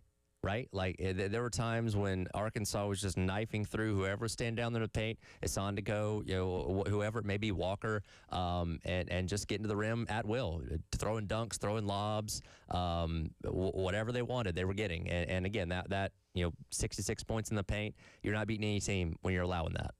803. I'm going to get all these texts. Timbo, I see you. Duncan, Justin, I saw all these texts, and I want to get to them as well. But let's get to the phone lines where Casey wants to weigh in. Casey, how you doing this afternoon? What's your thoughts on this? And I also see you want to talk about Josiah Thompson.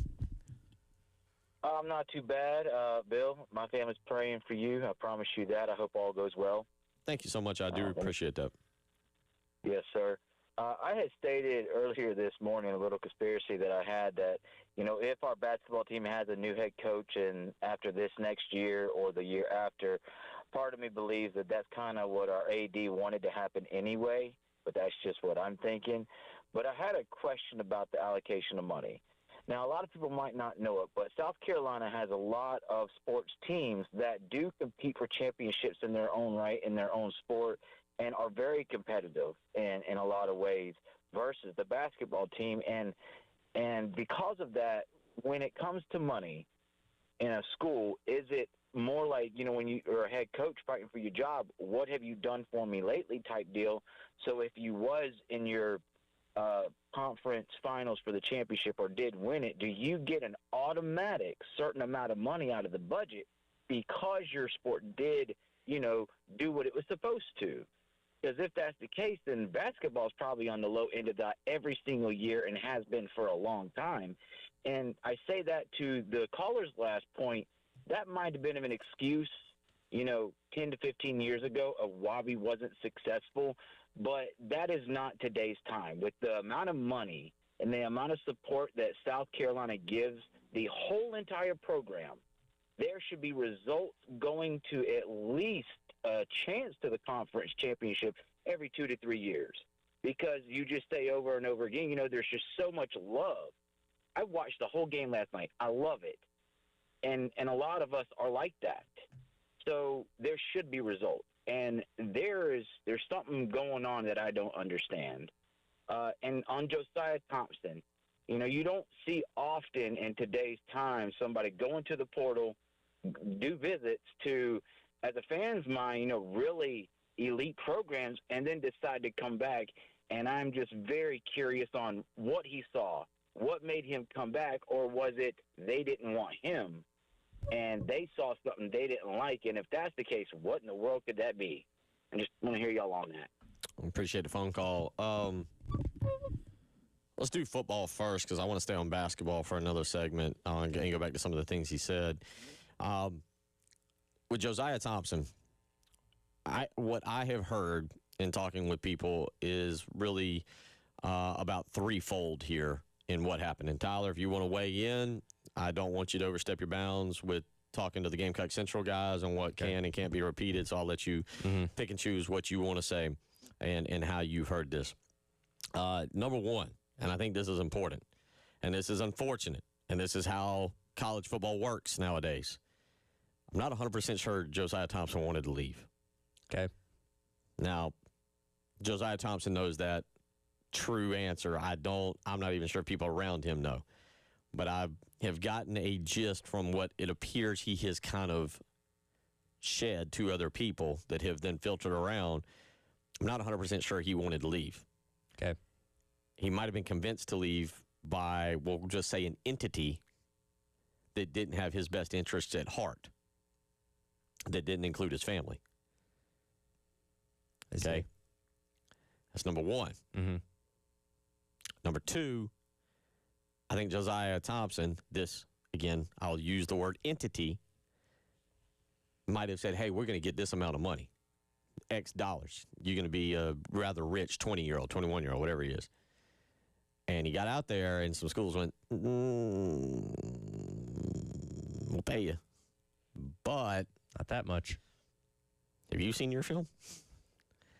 And the third part that I have kind of heard through other people is Josiah Thompson has to get in the weight room and work. And this goes back to what I have said. I don't know what happened last offseason, Tyler. I don't know. I don't know if players went 9-4 and went, we've arrived. Oh, look at that. And they got publicity, right? Sure. They got publicity. Rightfully so. But you had one too many guys disappear last year for me to just say, like, oh, it was just one dude who appears to have taken the offseason off. And I don't mean they took the offseason off and they went fishing every day or were hanging out at the pool over at the Strong Thurman Center. They probably did what they were supposed to do, but they did the minimum of what they're supposed to do. Yeah, it's that extra 10% of, hey, I know I'm doing well, but I need to do even better to get myself to that next level that maybe they weren't doing. And it wouldn't shock me if some schools looked on the film at Josiah Thompson and went, oh, we can fix that, and then saw him in person and went, ooh, Maybe not. you got a long way to go, son. Yeah. We're going to cut whatever we thought we might pay you, we're going to cut more. We'll come back and finish that basketball discussion, wrap up hour 2, get to some NFL in hour 3. It's the halftime show.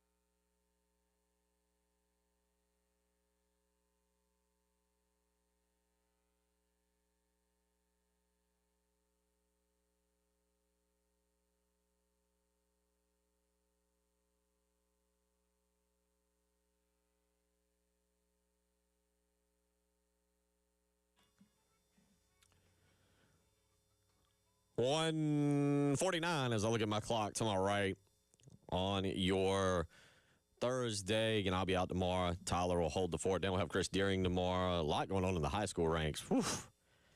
Man, I'm not going to go down this path, but the high school ranks are starting to be filtered down. It's starting to be littered with what the minutia of college. Yeah, I think we've seen Transfer portals and stuff. It's because South Carolina's not approved the NIL thing. no, that's for not high approved. Georgia did. It didn't get as much run as people thought it was going to, but it's still a thing. It's not. But yeah,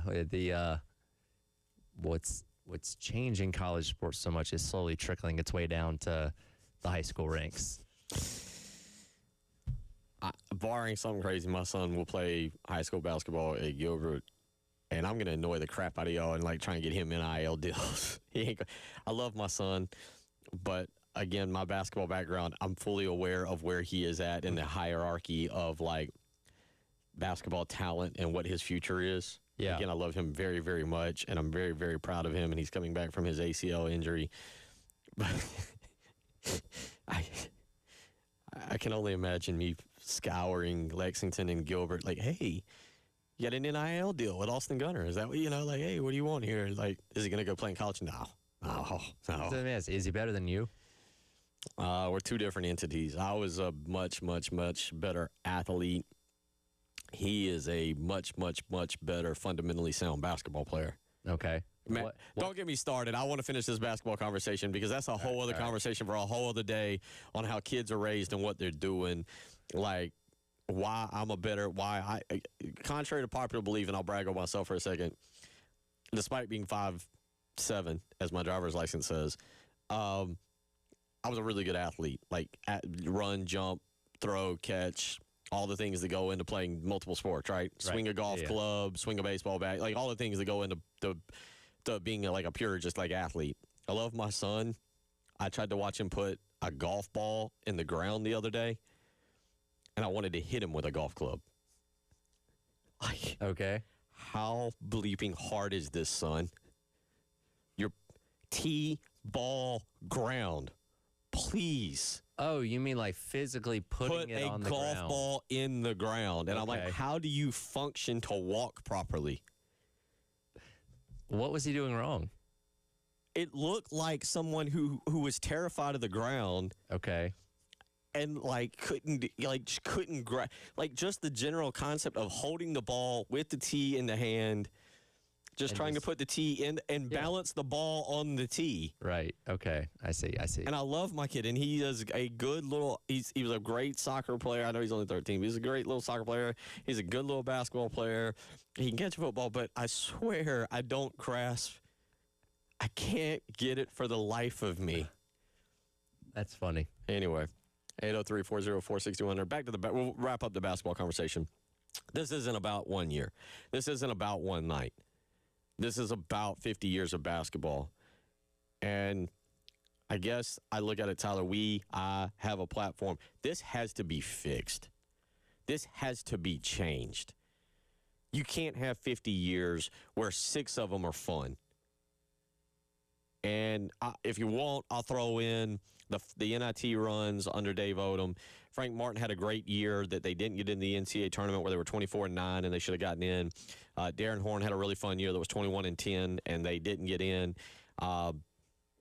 Dave Odom, again, 3 NITs. Eddie Fogler had a fun year with a lot of young players where they lost to Alabama prior to making their NCAA tournament runs. By the way, you want to make an apology for hurting people's feelings with Coppin State? I do apologize. I made the comparison earlier that I said if you took off the logos of South Carolina last night, you wouldn't have known if they were an SEC. If I asked you if you were there an SEC team or Coppin State, you would have said Coppin State. I meant that from the context of what Coppin State currently is, which is the 364th ranked team in Ken Palm out of 365, not reference to Coppin State eliminating South Carolina from the tournament. Yeah, so good job. You heard everybody's feelings. For those that I offended with that, I do apologize. Mine included. It's something as we watch this season play out and whatever direction Jeremiah Donati goes, South Carolina basketball, you go back, and some of this, ladies and gentlemen, goes back to last year.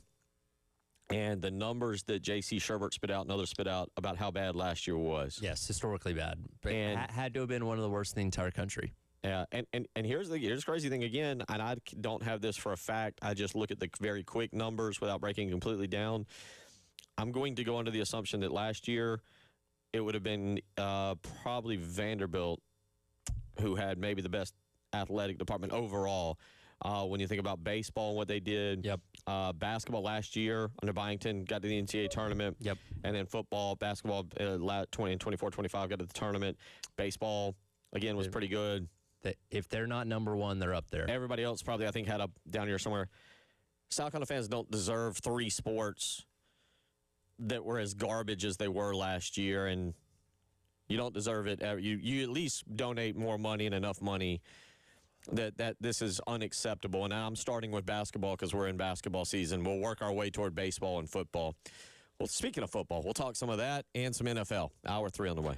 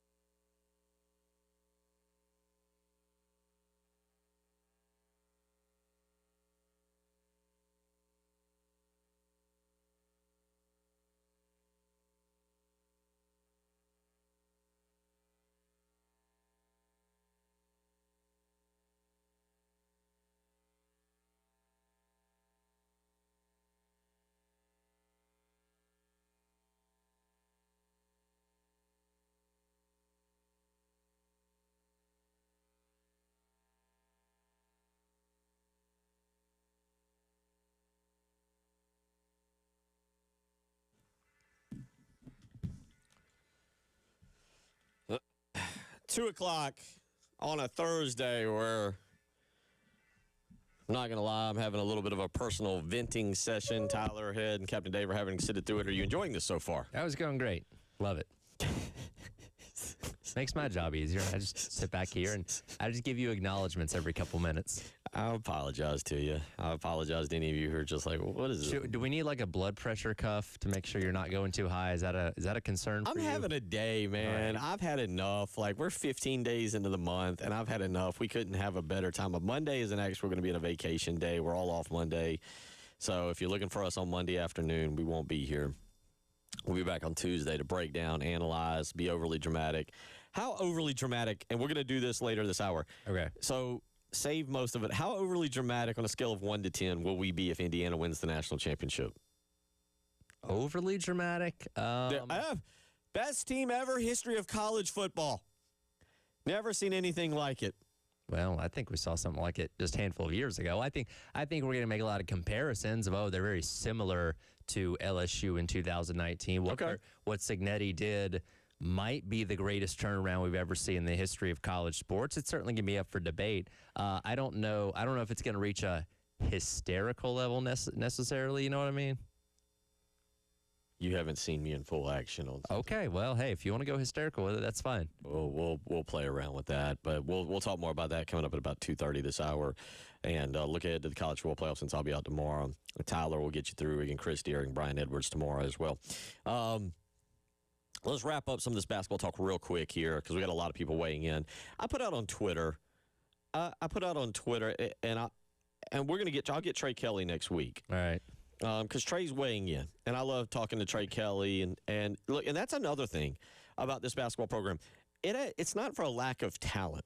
Sandarius Thornwell, Devin Downey, Trey Kelly, Aaron Lucas, and I'm just naming a few: B.J. Mackey, Melvin Watson, JoJo English, Joe Rett, Barry Manning.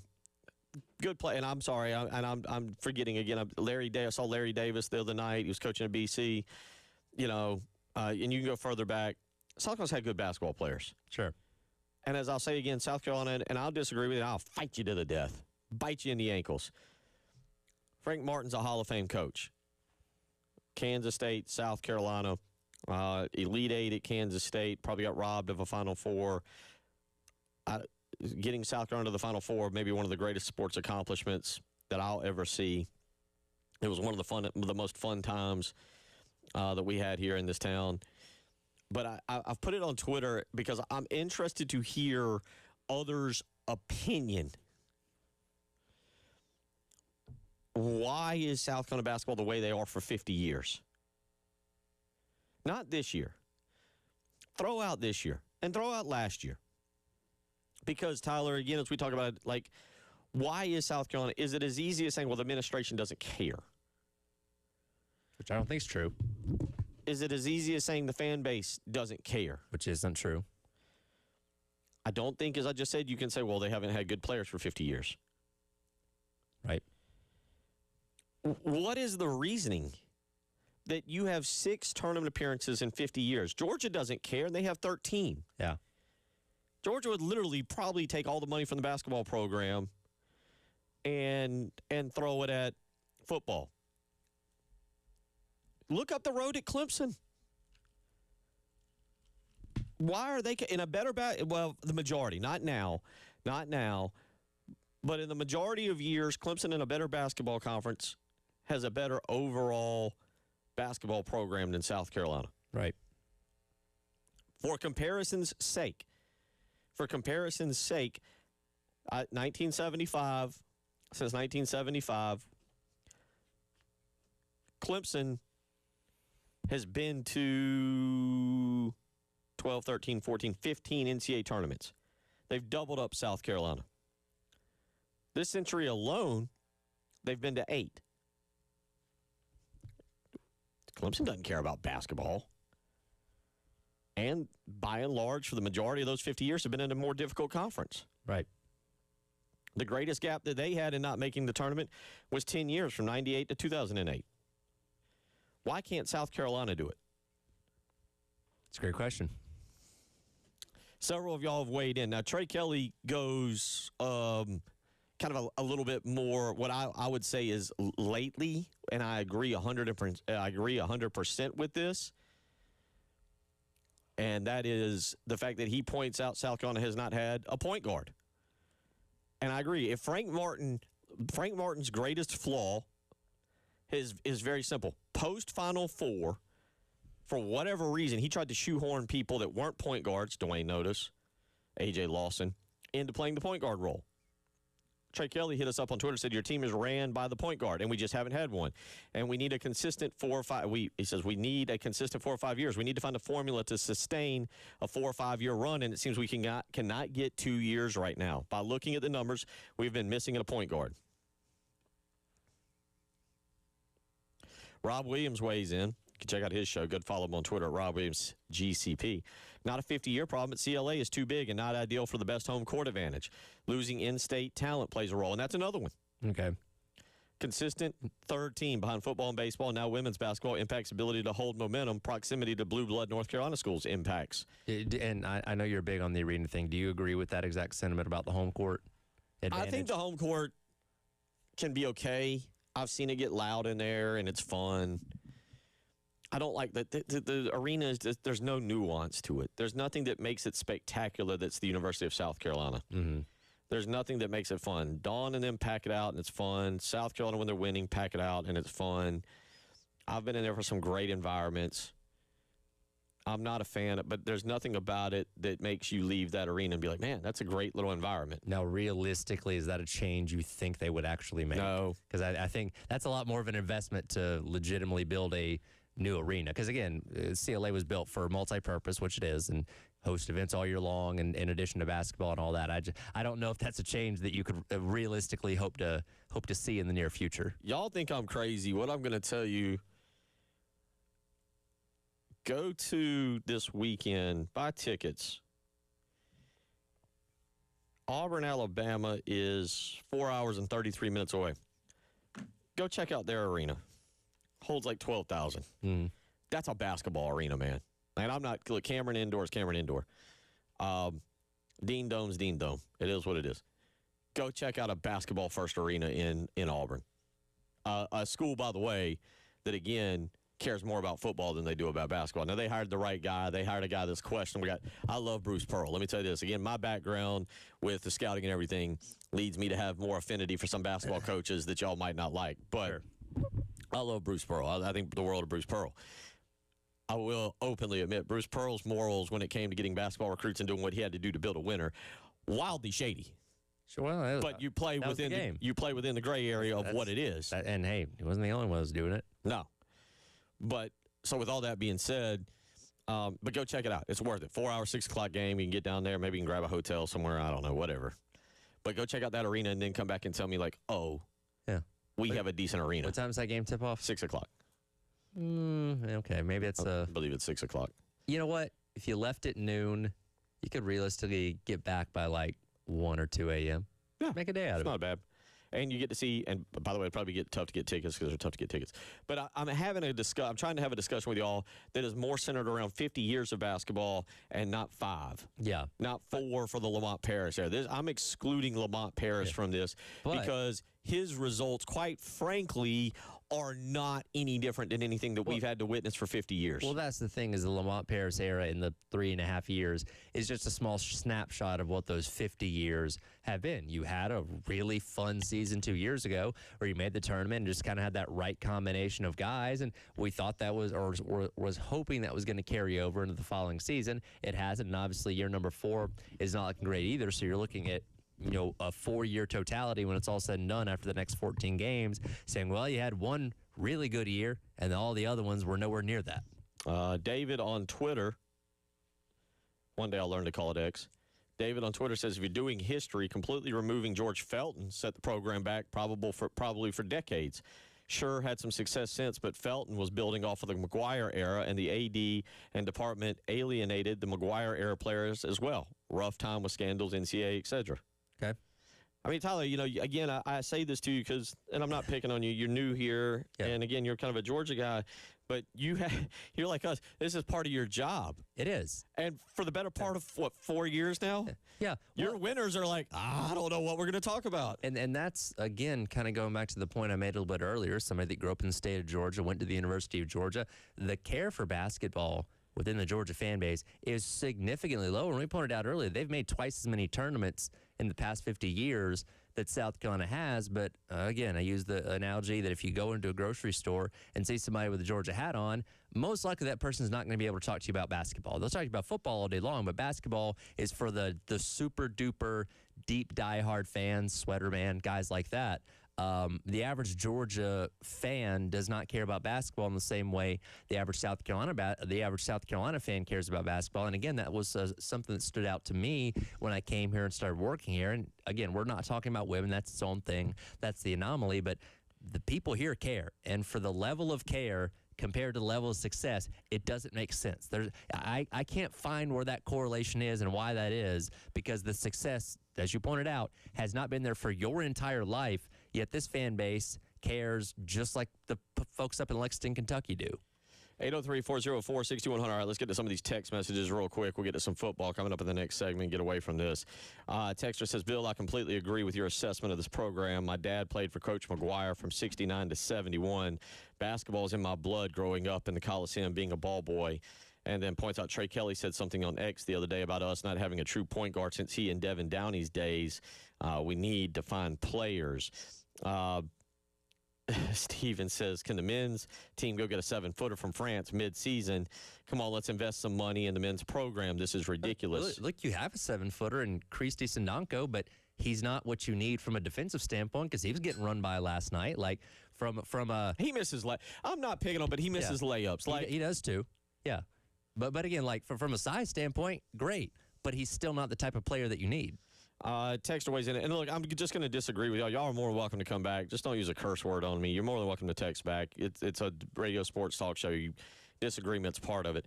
But this texter came in about an hour ago and said, wrong. Those kids couldn't be successful under Frank because he didn't give them basketball freedom.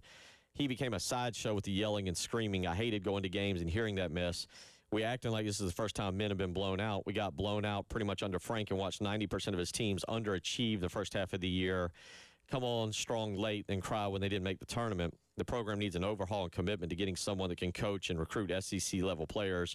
I don't understand all this hype about Frank. He's doing the same thing at UMass. His glory days were at Kansas State, and his roster of Jacob Pullen, Beasley, and Bill Walker, which were great teams. Listen, I'm sorry, man. You guys that put Frank Martin down, I'm sorry. You don't know basketball. And you don't know the history of South Carolina basketball for the better part of 50 years.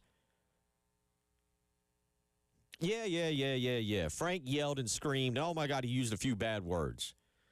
And I'm upset. The thing that I didn't like about Frank, and I'll be dead honest, the thing I didn't like about Frank, if you want me to be perfectly honest, is he did that, and when kids did something good, I don't feel like publicly he acknowledged it on the court. And the thing I've said about Frank, the only time you smile and clap can't be when you go to the Final Four when you're standing in New York. Right. Frank had flaws. But you're wrong. You are wrong. You're wrong. You look at the years of Frank Martin, and there were two great ones. Let's be clear. There were two great ones. One, they didn't get to the tournament. One, they did. And then when they got to the tournament, it's one of the greatest South Carolina athletic achievements they've ever had. Justin weighs in, just says over men's basketball. And I'm not picking on Justin, but that's the problem. That's half of the problem. Steven weighs in. Talon Cooper was a darn good point guard. Agree with that. Talon Cooper, if he gotten 2 years at this university, would have been one of the best point guards we ever talk about. Duncan says maybe next time we shouldn't take the high ground when we're hiring a men's basketball coach. That's an interesting take. I don't know. Another texter says, I think it would help basketball if our football program wasn't the most mediocre program in all of college football history. I realize that there are exceptions to it, but all schools you guys bring up that are better at basketball, most of the time are better at football too. If our brand as a university was better, we wouldn't always have undersized teams. We'll continue. We'll just stay in this, but let's get some football. Let's change up the subject a little bit. You're listening to the Halftime Show.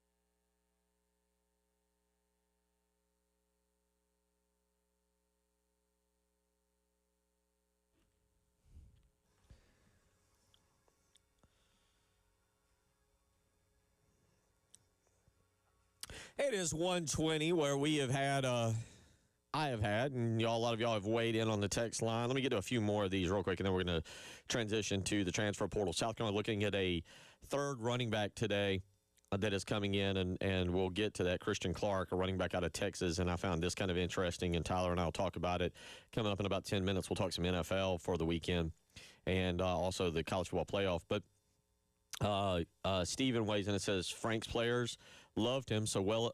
I don't understand putting Frank down for yelling and coaching hard. Yeah, I'm sorry that he offended you, the non-player. I mean, like I said, and I'm biased. I'm not going to lie to you. I'm biased, but yeah, Frank right now is, Eddie had a great run, and Dave Odo had an interesting run, and Frank had a slightly above mediocre run. But quite frankly, slightly above mediocre around here is in phenomenal basketball. Yeah. Historically speaking, yes. Historically speaking. A couple of y'all are waiting and says, should we remodel the Coliseum and move the men's team back there? This is Blake. I'd love that, but I think with the suites and with everything, what I'd love to see, I'll tell you again, Google when you have time, or go see it, the Auburn basketball arena. Google it and go just see what it looks like, because they've got all the amenities, they've got everything. It's small. Look, South Carolina basketball doesn't need more than 12,000 seats, and I'm sorry to upset the women's fans. They don't need more than 12,000 seats. There's going to come a day and age, Dawn Staley's not here. Women's basketball could use 12,000. You could build a different arena, straight up, fans on top of the other team. There's a lot of nuance to it, but we'll kind of get to that. Tommy weighs in and says, although they've had some good players in the past, they've missed out on many high-caliber local talent. I think that's a part of it. KT in Lexington said, what is the win-loss overall record for basketball and football? I don't think it's a men's basketball problem. Well, but we're talking about men's basketball on that. So you can keep weighing in. I will admit, and I just told Tyler this, as we move through the remainder of the season, I'm not going to focus on 1 year. What does it matter? 1 year is no different than a lot of the years we've had around here. It's time to take a look at 50 years and why this program is continuously the way they are. And now with a new AD and an administration, how do we fix it, Tyler? How does it get fixed to where this program, we're not seeing 6 tournament appearances in 50 years. We're not seeing schools like Georgia and Clemson, who are no better than us on the basketball court, double us up in NCAA tournament appearances with 12 for Georgia and 13 for Clemson. Is that right? Or 15, something like 15 that? 15 for Clemson. Either way, more than double. 803-404-6100. So back to football. Let's transition a little bit. Let's give you some information on all this stuff.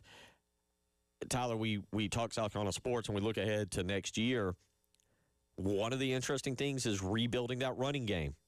And I love Shane Beamer, but some of the things he says do not add up. One of the things he said this year was trying to promote how well they've run the football during his time here.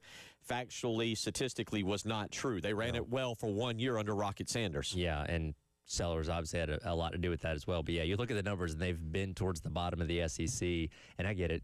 Sack yards count against rushing in college, so that has something to do with it. But overall, they have not run the ball consistently at all in his tenure, save for that 1 year. And this year was obviously no exception to that. And, again, what you have right now, you do not have a dominant, true number one running back, and you don't have the 1 year assassin like Rocket Sanders lined up and come in. What you do have is a couple guys in Matthew Fuller and Jordan Howell that have upside, that you've seen good things out of, that have good potential. And then you have already 2 guys that have committed to you that out of high school were good running backs, went to big programs like Ohio State and Penn State, but we don't know enough about them. We'll see what Stan Drayton can do them from a developmental process. And you're trying to land a guy in Christian Clark from Texas that has had a little bit of success, including in the bowl game just a couple weeks ago, that could potentially round out your room as a 6th scholarship back.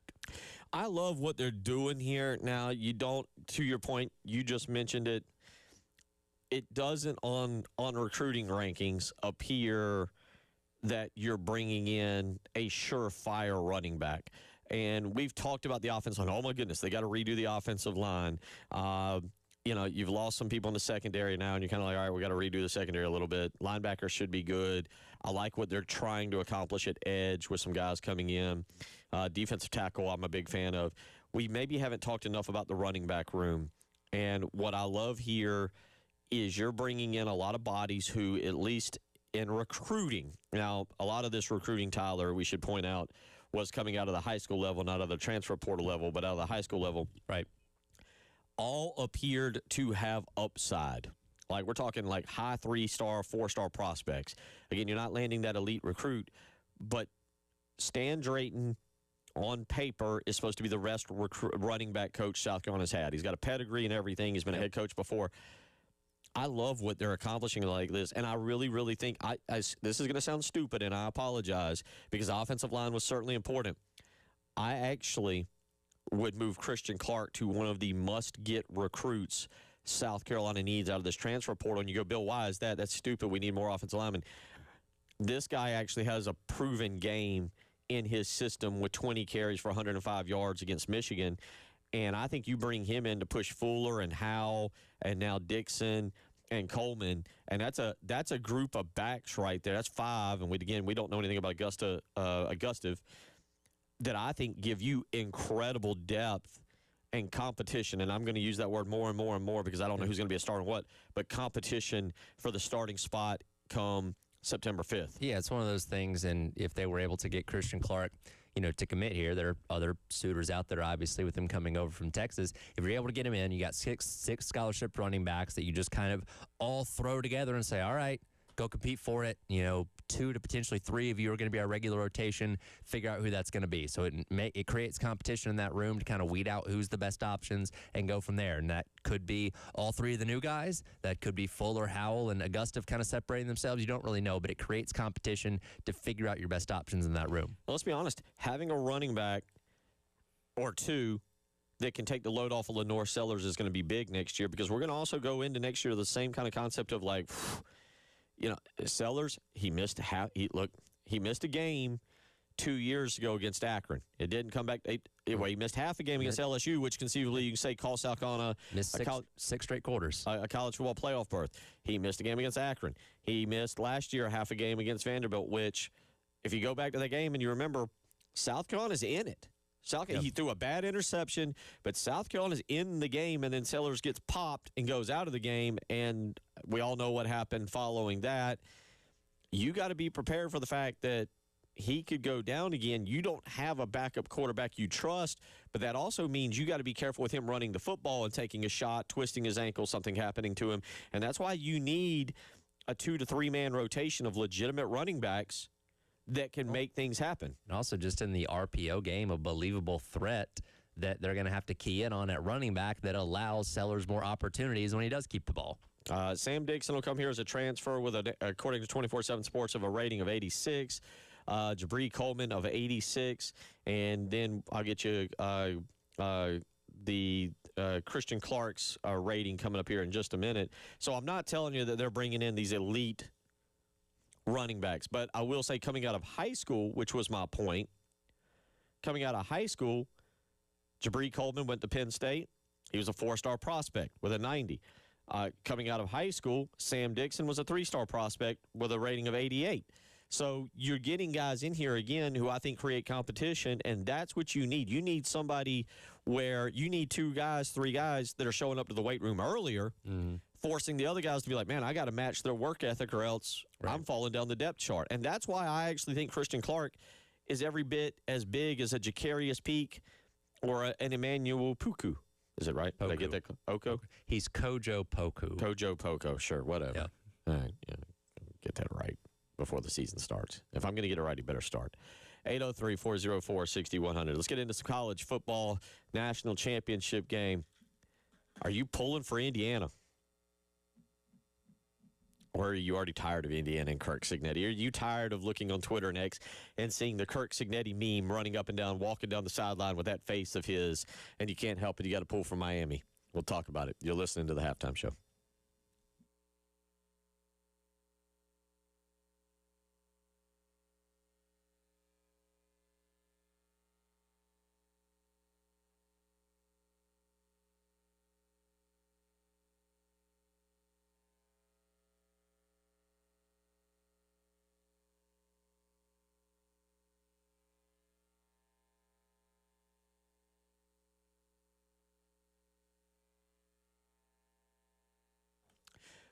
Bill Gunner from Mid-State Roofing. Let me ask you something. Before you heard me start talking about Mid-State Roofing, were you thinking about your roof? Were you thinking about the potential for a leak? Because have you ever had a leak in your roof? Have you ever had your home or your business affected by a leak and the issues it can cause and all the problems that you have to solve? Well, if you haven't and you aren't thinking about it, you need to, because this is a serious issue. Don't think about it when you get the leak. Think about it prior. Call Mid-State Roofing today and line up a maintenance contract. You'll speak right now with a Mid-State Roofing employee. 803-356-1919. Again, that's 803-356-1919. Be proactive. Don't think about the leak when it happens. Think about it prior. So whether it's your home or your business, whether you're here in Columbia or somewhere around this great state, call Mid-State Roofing right now. 803-356-1919 and line up a maintenance contract, and then tell them, hey, Bill Gunner sent me.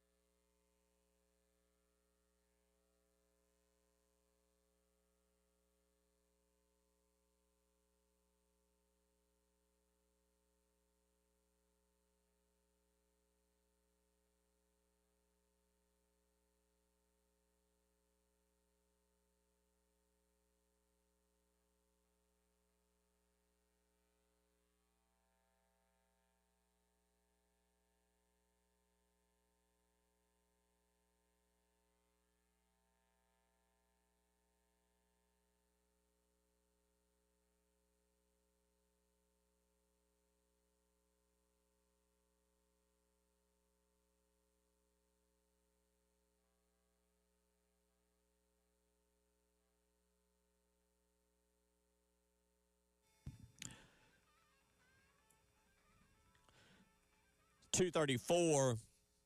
Keep your basketball takes coming as we roll through. Maybe we'll see if Jeremiah Donati will join us to talk big picture basketball. Maybe you could craft up the new arena design plans and hand them to him. I've got those sitting at home. Be like, hey, I sketched these up for you. I've got Here's those. what we need. Got those sitting at home. I don't want to talk to Jeremiah Donati about this year. I'm not trying to hold his feet to the fire for this year or for last year or whatever. I want to know his big picture thoughts on basketball. I feel like he is showing us his big picture thoughts on football, and I feel like outwardly we're seeing South Carolina make a investment. It feels like in the portal. I don't know where South Carolina's out with portal money.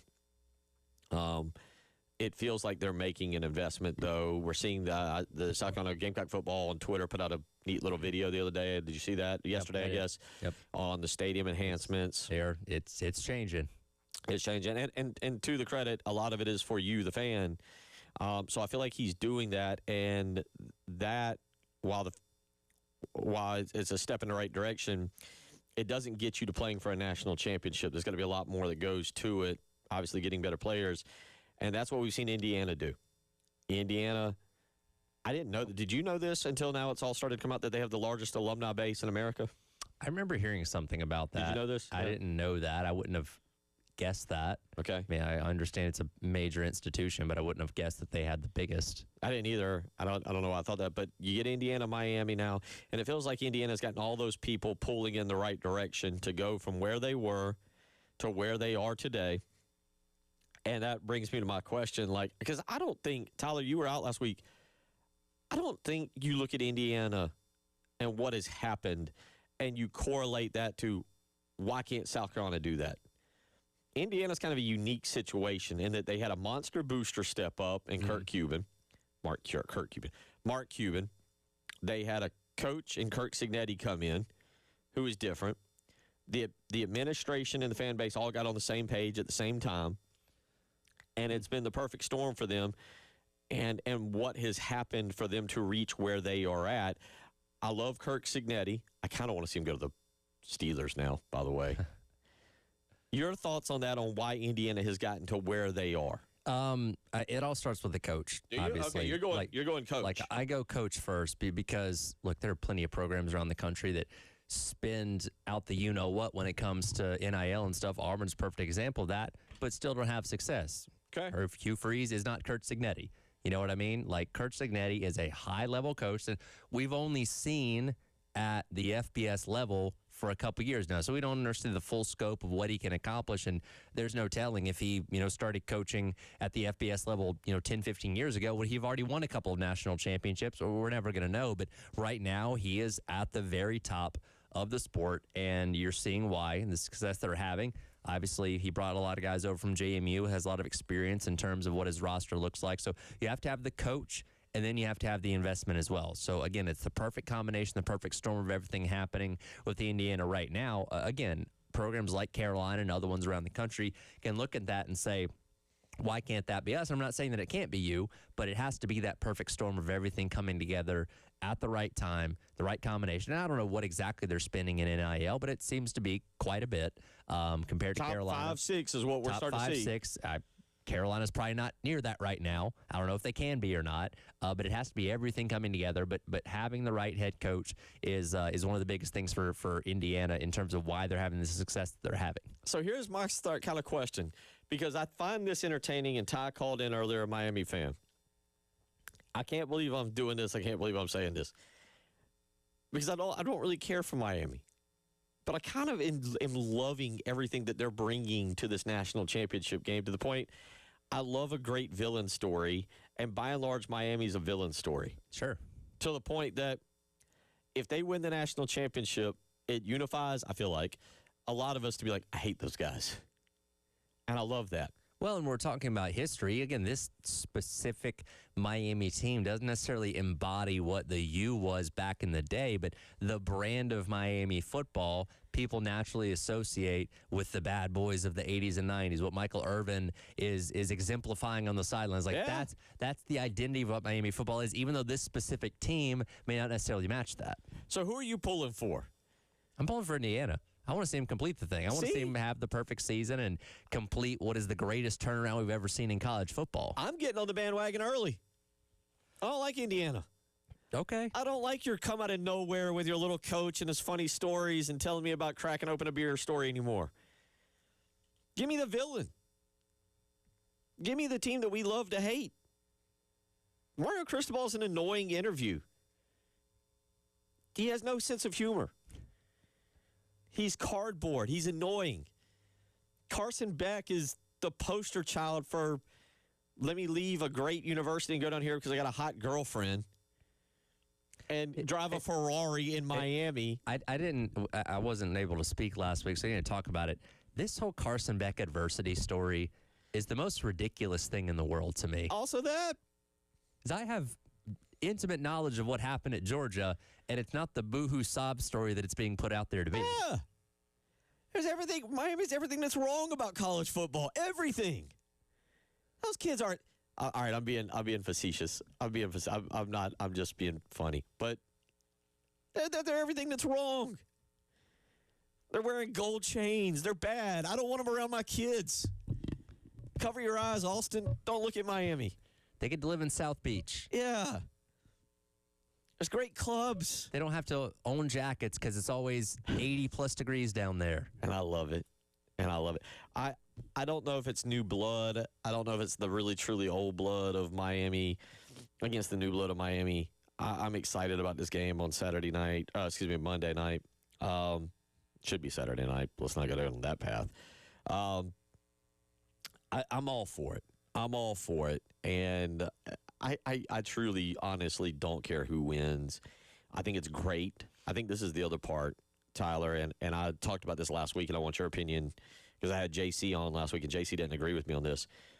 I really believe that the product on the college football field, between 120 yards, end zone to end zone, is as good as we've ever had it. Now, JC disagreed. He said, look at FCS and those kids who aren't really playing for the money and playing for everything, and I understand what he's saying. I think the game of college football itself is great. The NIL and the transfer portal and everything that occurs outside of the football stadium, outside of the football lines is atrocious and annoying, and I hate it. But in my opinion, the actual games and what we get, I think this was one of the most fun football seasons we've got. Yep. I think that parity is starting to really creep into college football. And I think getting something like this is phenomenal for college football. I'm still having as much fun on fall Saturdays as I've ever had watching the sport. And you said the parity, we're seeing crazy upsets. We're seeing top teams go down. These past couple years specifically, you never knew what you were going to get on a given Saturday in terms of upsets happening and stuff like that. And I think it's great. I think it's thrilling. There's still tons of players playing at a high level and all that kind of stuff. You can make the argument of, okay, well, the development's not what it was. So maybe some of these guys, when they're coming out of college, aren't as ready for the NFL as they once were. And maybe that's affecting the product a little bit. But to the casual eye, I think it's all great. I think it's all the same. And I think getting a championship game, and no offense to our buddy Saki, who apparently is pulling an SEC thing for all of you out there who think the SEC is the only one who chants SEC. Our buddy Saki, who constantly weighs in. We always see him out at the 107.5 The Game golf tournament, taking care of us with mimosas and Bloody Marys. Saki just hit me up with a text that basically said 3 in a row for the Big Ten. Yeah, that's also and 3 different teams, mind you, Michigan, Ohio State, and it would be Indiana if that's how it works. Yeah, that's very possible. And the SEC hasn't made an appearance in the past 3 years. It's a very real thing. Now that to me is not saying, well, the SEC suddenly sucks now. It's still a really good league, but there is something to be said about the conference that repeatedly is getting to and winning the national championship. Jeff weighs in and says, I can't stand Miami, but I'm pulling for them to just twist the dagger into Notre Dame a little deeper. Miami elicits emotion. They do. You can't be neutral on Miami. You either like them or you hate them, and there is something to be said about that. I agree, and that's why I love this, and that's why I think we're getting a great championship game. It's why I'm personally excited about Monday night. I'll give you my pick for the game since I'm out tomorrow and we're off Monday. I'll give you my pick, and we'll close up our Thursday episode when we return. It is the halftime show.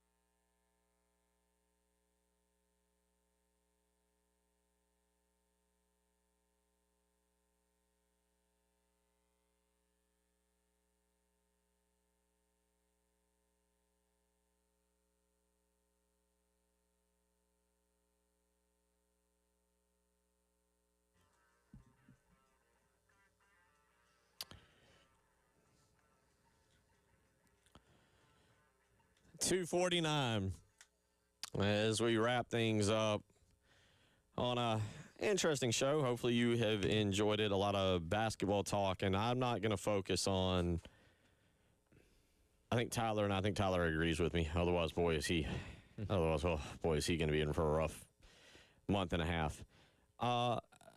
Unless something changes, I don't think we focus on the here and the now with the basketball program. They are what they are. They are what they are. Last night, Tyler, we call it as we see it. They're 10-7. They're 1-3 in conference. They got Auburn on Saturday. They get Oklahoma next Tuesday. They're a collection of in my opinion, they're a collection of good players. That's not a good team. Yeah, I think that's fair.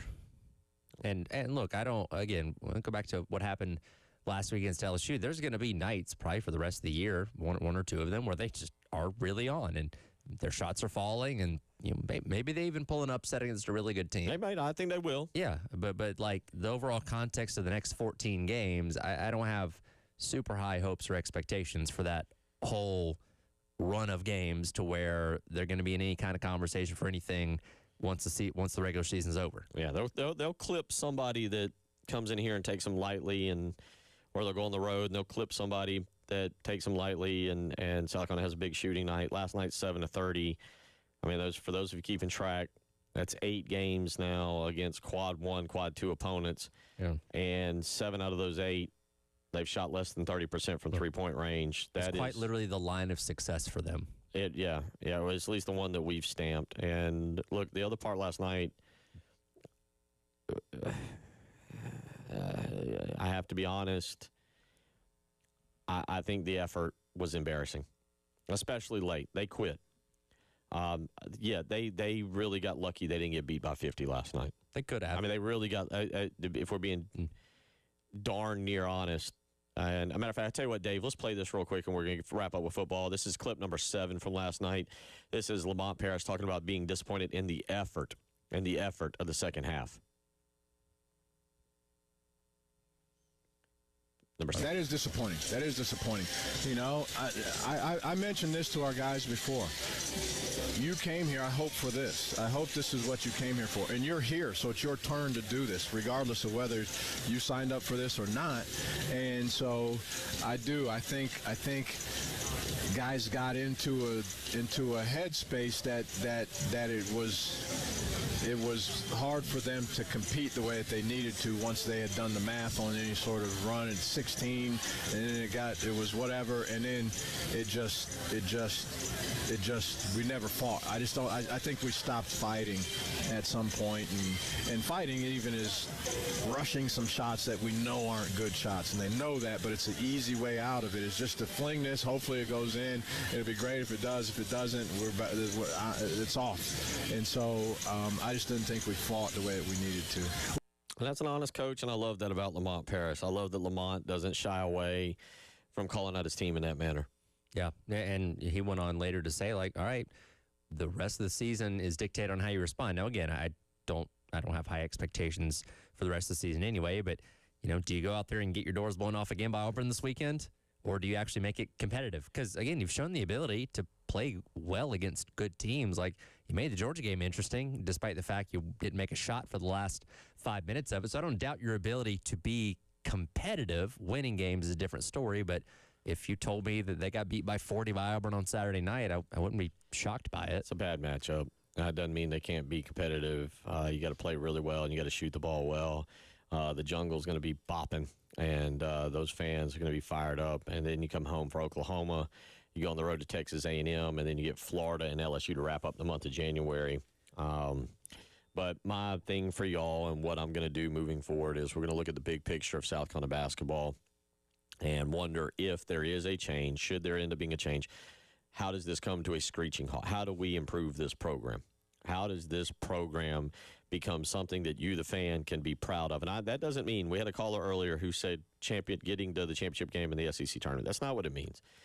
But it's fair to request, baby stepping this thing, it's fair to request 2 NCAA tournaments in 5 years. And then let's work our way up after that. Yeah. No, I mean, again, unless you're just in a situation where you have to run the table in the SEC tournament to make the NCAA tournament. That's kind of a secondary thing. Like making the dance is priority number one. Six tournaments in 50 years. You can do the math on that. That's 8 point something there in terms of years between NCAA tournament appearances. You do the math on it. But the future has got to be fixed. And that, to me, as we move forward, is not going to be on the present. It's going to be on the future. All right, college football championship. Are you going to save your pick? I'll save it for tomorrow. I think Indiana gets it done. I think I'm going to pull for Miami. I think out of family allegiance, do I have to pull for my brother-in-law's a Miami fan? You don't have to do anything. There's a close game. I hope it is. My gut tells me it won't be. Okay. Indiana's a machine. I mean, they are a machine, and Miami feels like it plays on the edge, barely getting by A&M, barely getting by State, barely getting by Mississippi. It feels like they're due for some cracks. I go Indiana. Okay. Hold me to that. All right. I'll be back on Tuesday. Y'all have a great weekend.